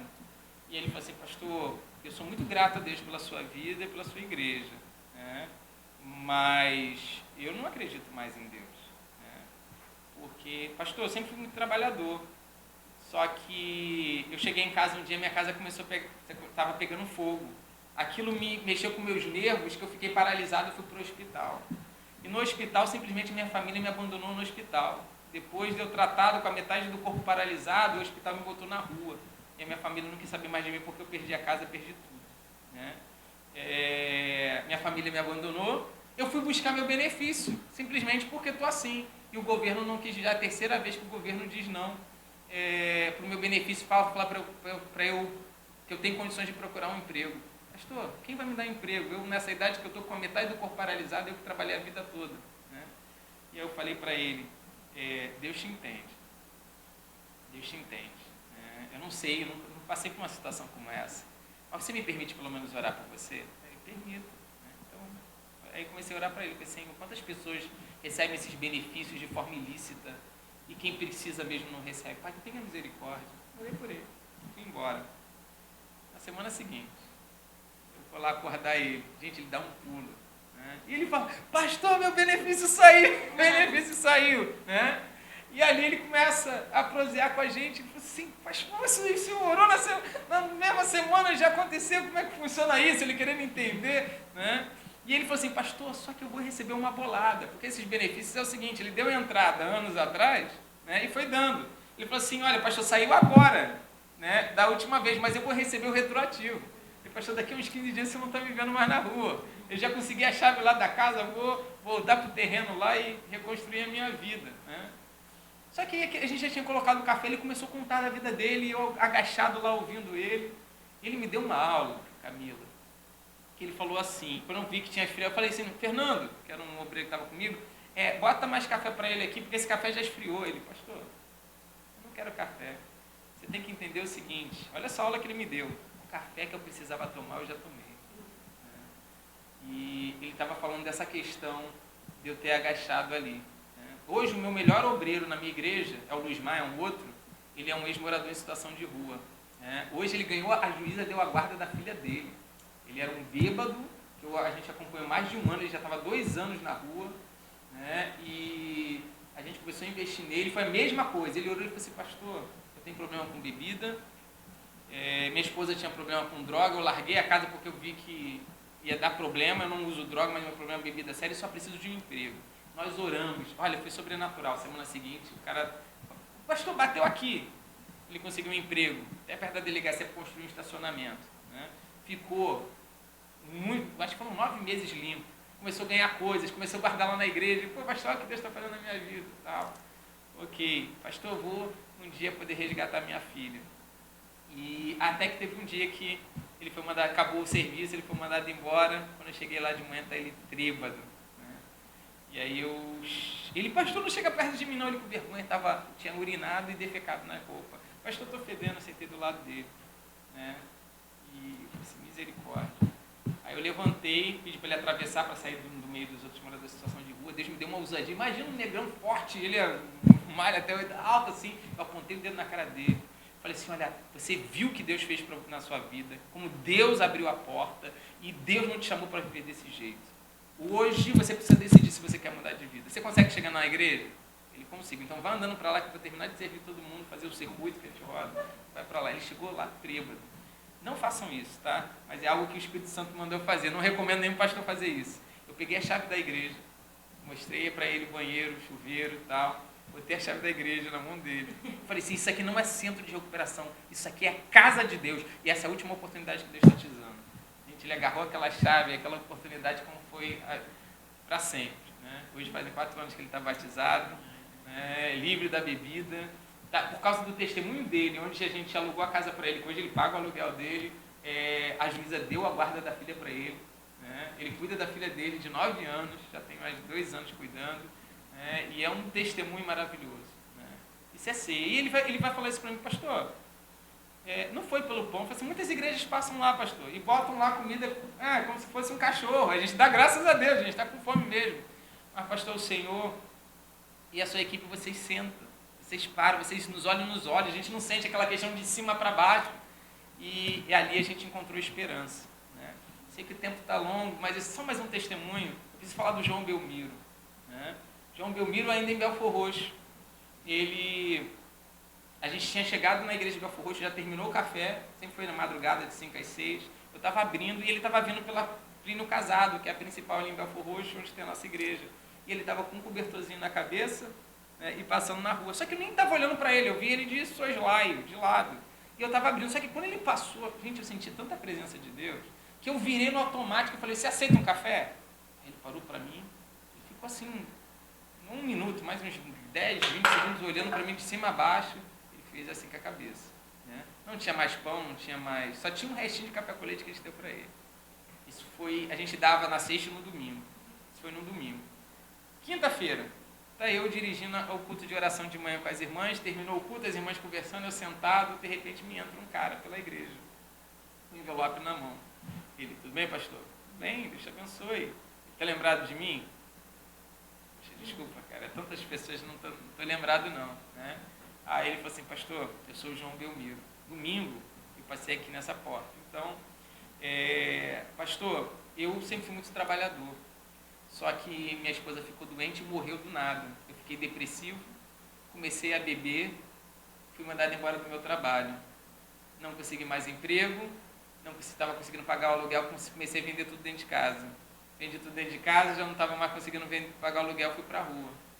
E aí, pastor, um rapaz, um zelador de uma igreja, questões éticas, não vou citar o nome, mas ele me acolheu, ele me viu, conheceu minha situação, me botou. Só que ele não avisou para o bispo da igreja. Me botou lá no sábado, quando o bispo chegou de manhã, viu o cara dentro da igreja, dormindo na salinha lá das crianças, e me botou para chute de fora da igreja. E eu já estava tão depressivo que eu falei que iria me jogar na Dutra.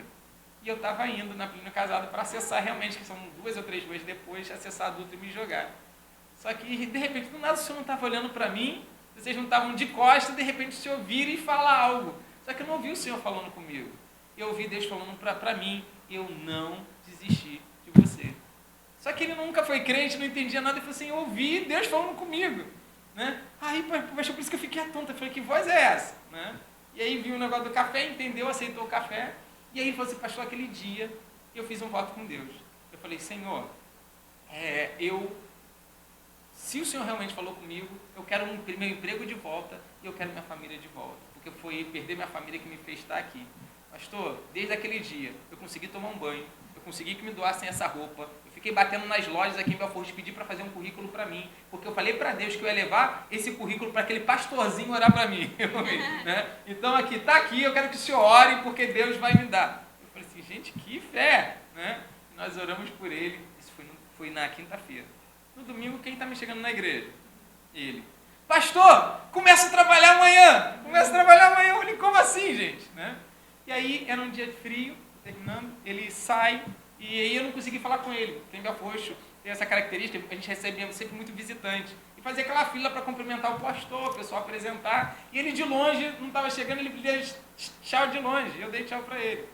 Quando eu estava saindo, fechando a igreja com o pastor auxiliar, eu falei assim, cara, onde que esse cara foi? Ele vai começar a trabalhar amanhã, está dormindo aonde?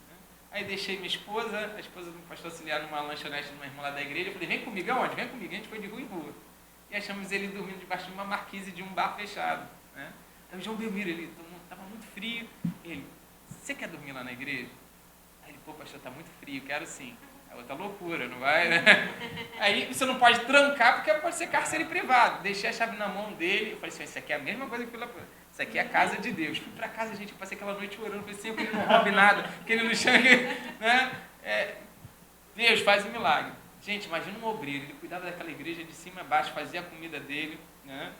Conseguiu um emprego de segunda a sexta e um biscate todo sábado. Um mês depois ele me chega, final do culto de domingo, bate nas minhas costas, pastor, Deus me falou que ia me dar um emprego. Ele me deu 2. Só que o meu propósito com ele é que ele me daria uma família de novo. Você permite eu ficar madrugada orando aqui por esse propósito? Eu falei assim, cara, não é falta de fé, né? Tu começou a trabalhar agora, tem mês que tu está trabalhando, tu vai ficar madrugada orando, aí tu vai perder o horário, tu vai botar a culpa em Deus porque tu perdeu o emprego. Deixa de ser responsável. Né? Ele falou assim, pastor, eu só quero a sua bênção. Isso é um propósito que Deus botou no meu coração. Acordado ele vai ficar. Eu não vou perder a hora não. Aí mostrou o reloginho desses de camelo aqui, pastor, eu comprei isso aqui, vai me acordar. Então tá, deixei ele orando. Gente, uma semana depois, tá ele fazendo um arroz, macarrão na cozinha da igreja. Tá ouvindo um rádio. Aí de repente vem assim, não sei o que do coração. Ele falou assim, pastor, eu não estava nem prestando atenção na rádio. Mas meu coração começou a disparar. Eu ouvi lá a menina falando lá que era de Belfort Roxo, Parque São José, não sei o quê. Resumo da ópera. Né? Eles se conheceram, né? Ela é uma microempresária lá em Belfort Roxo, lá tinha um salãozinho. Né? Fui conhecer a família dela. Enfim, fizemos o casamento dele. Né? Ele abriu lá o salãozinho em cima, ele abriu uma lojinha embaixo. Né? E Deus mudou a história dele. Eu falei, a gente vai te abençoar com a televisão. Pastor, já consegui uma televisão. Pastor, a gente vai te abençoar. A mãe, a casa era muito grande. O irmão dela morava em cima, só que se mudou. Né? E aí ela falou assim, nossa, a casa é muito grande, só eu sou seu pai, dividiram a casa. Até a casa ele ganhou. Né? Então, se isso não é ceia, né? A gente levar essa esperança, mostrar que não é só o pão, não é só a casa. Né? É ver que o nosso Deus é um Deus vivo, é um Deus que fala, é um Deus que interage conosco, E que responsabilidade que nós temos, porque só a igreja tem isso, gente. Alguém que, como eu disse, eu não vim de uma família evangélica, de uma família cristã, mas eu fui alguém que tive privilégio, ou não sei, mas de estudar muitas religiões.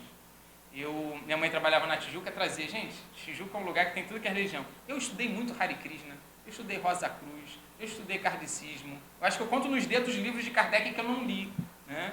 E eu consegui entender e explicar isso tudo. Mas quando eu pegava a Bíblia, eu falei, isso está escrito no original, em grego, por quê? Né? Mas depois que eu fui iluminado pelo Espírito Santo, naquela madrugada, saindo da boate, né? Gente, eu abri, eu falei assim, não é possível que isso aqui estava aqui. Aquela Bíblia pequenininha que davam na escola dos Gideões, azulzinha, né? Agora tem uma cinza, mas azulzinha, eu abri o Evangelho de Mateus e meus olhos se abriram. E essa é a maravilha do Evangelho. Por isso que Jesus Cristo, ele levantou os olhos quando ele estava diante dos maiores acadêmicos da época, dos fariseus, dos doutores. Ele falou assim, graças te dou, Pai, porque decidiste revelar essas coisas aos pequeninos, aos humildes, né? E ocultar isso daqueles que pensam que sabem alguma coisa. Então, isso aqui não é uma apologia à ignorância, tá? Pelo contrário, a gente precisa conhecer, a gente precisa dominar, mas foi o que Paulo falou, mesmo Paulo sendo também um catedrático, um acadêmico, ele falou assim, olha, isso é muito importante, são ferramentas úteis, me abre porta para pregar o Evangelho, mas isso não é nada, são ideologias passageiras, são filosofias passageiras, mas diante de Cristo isso não é nada.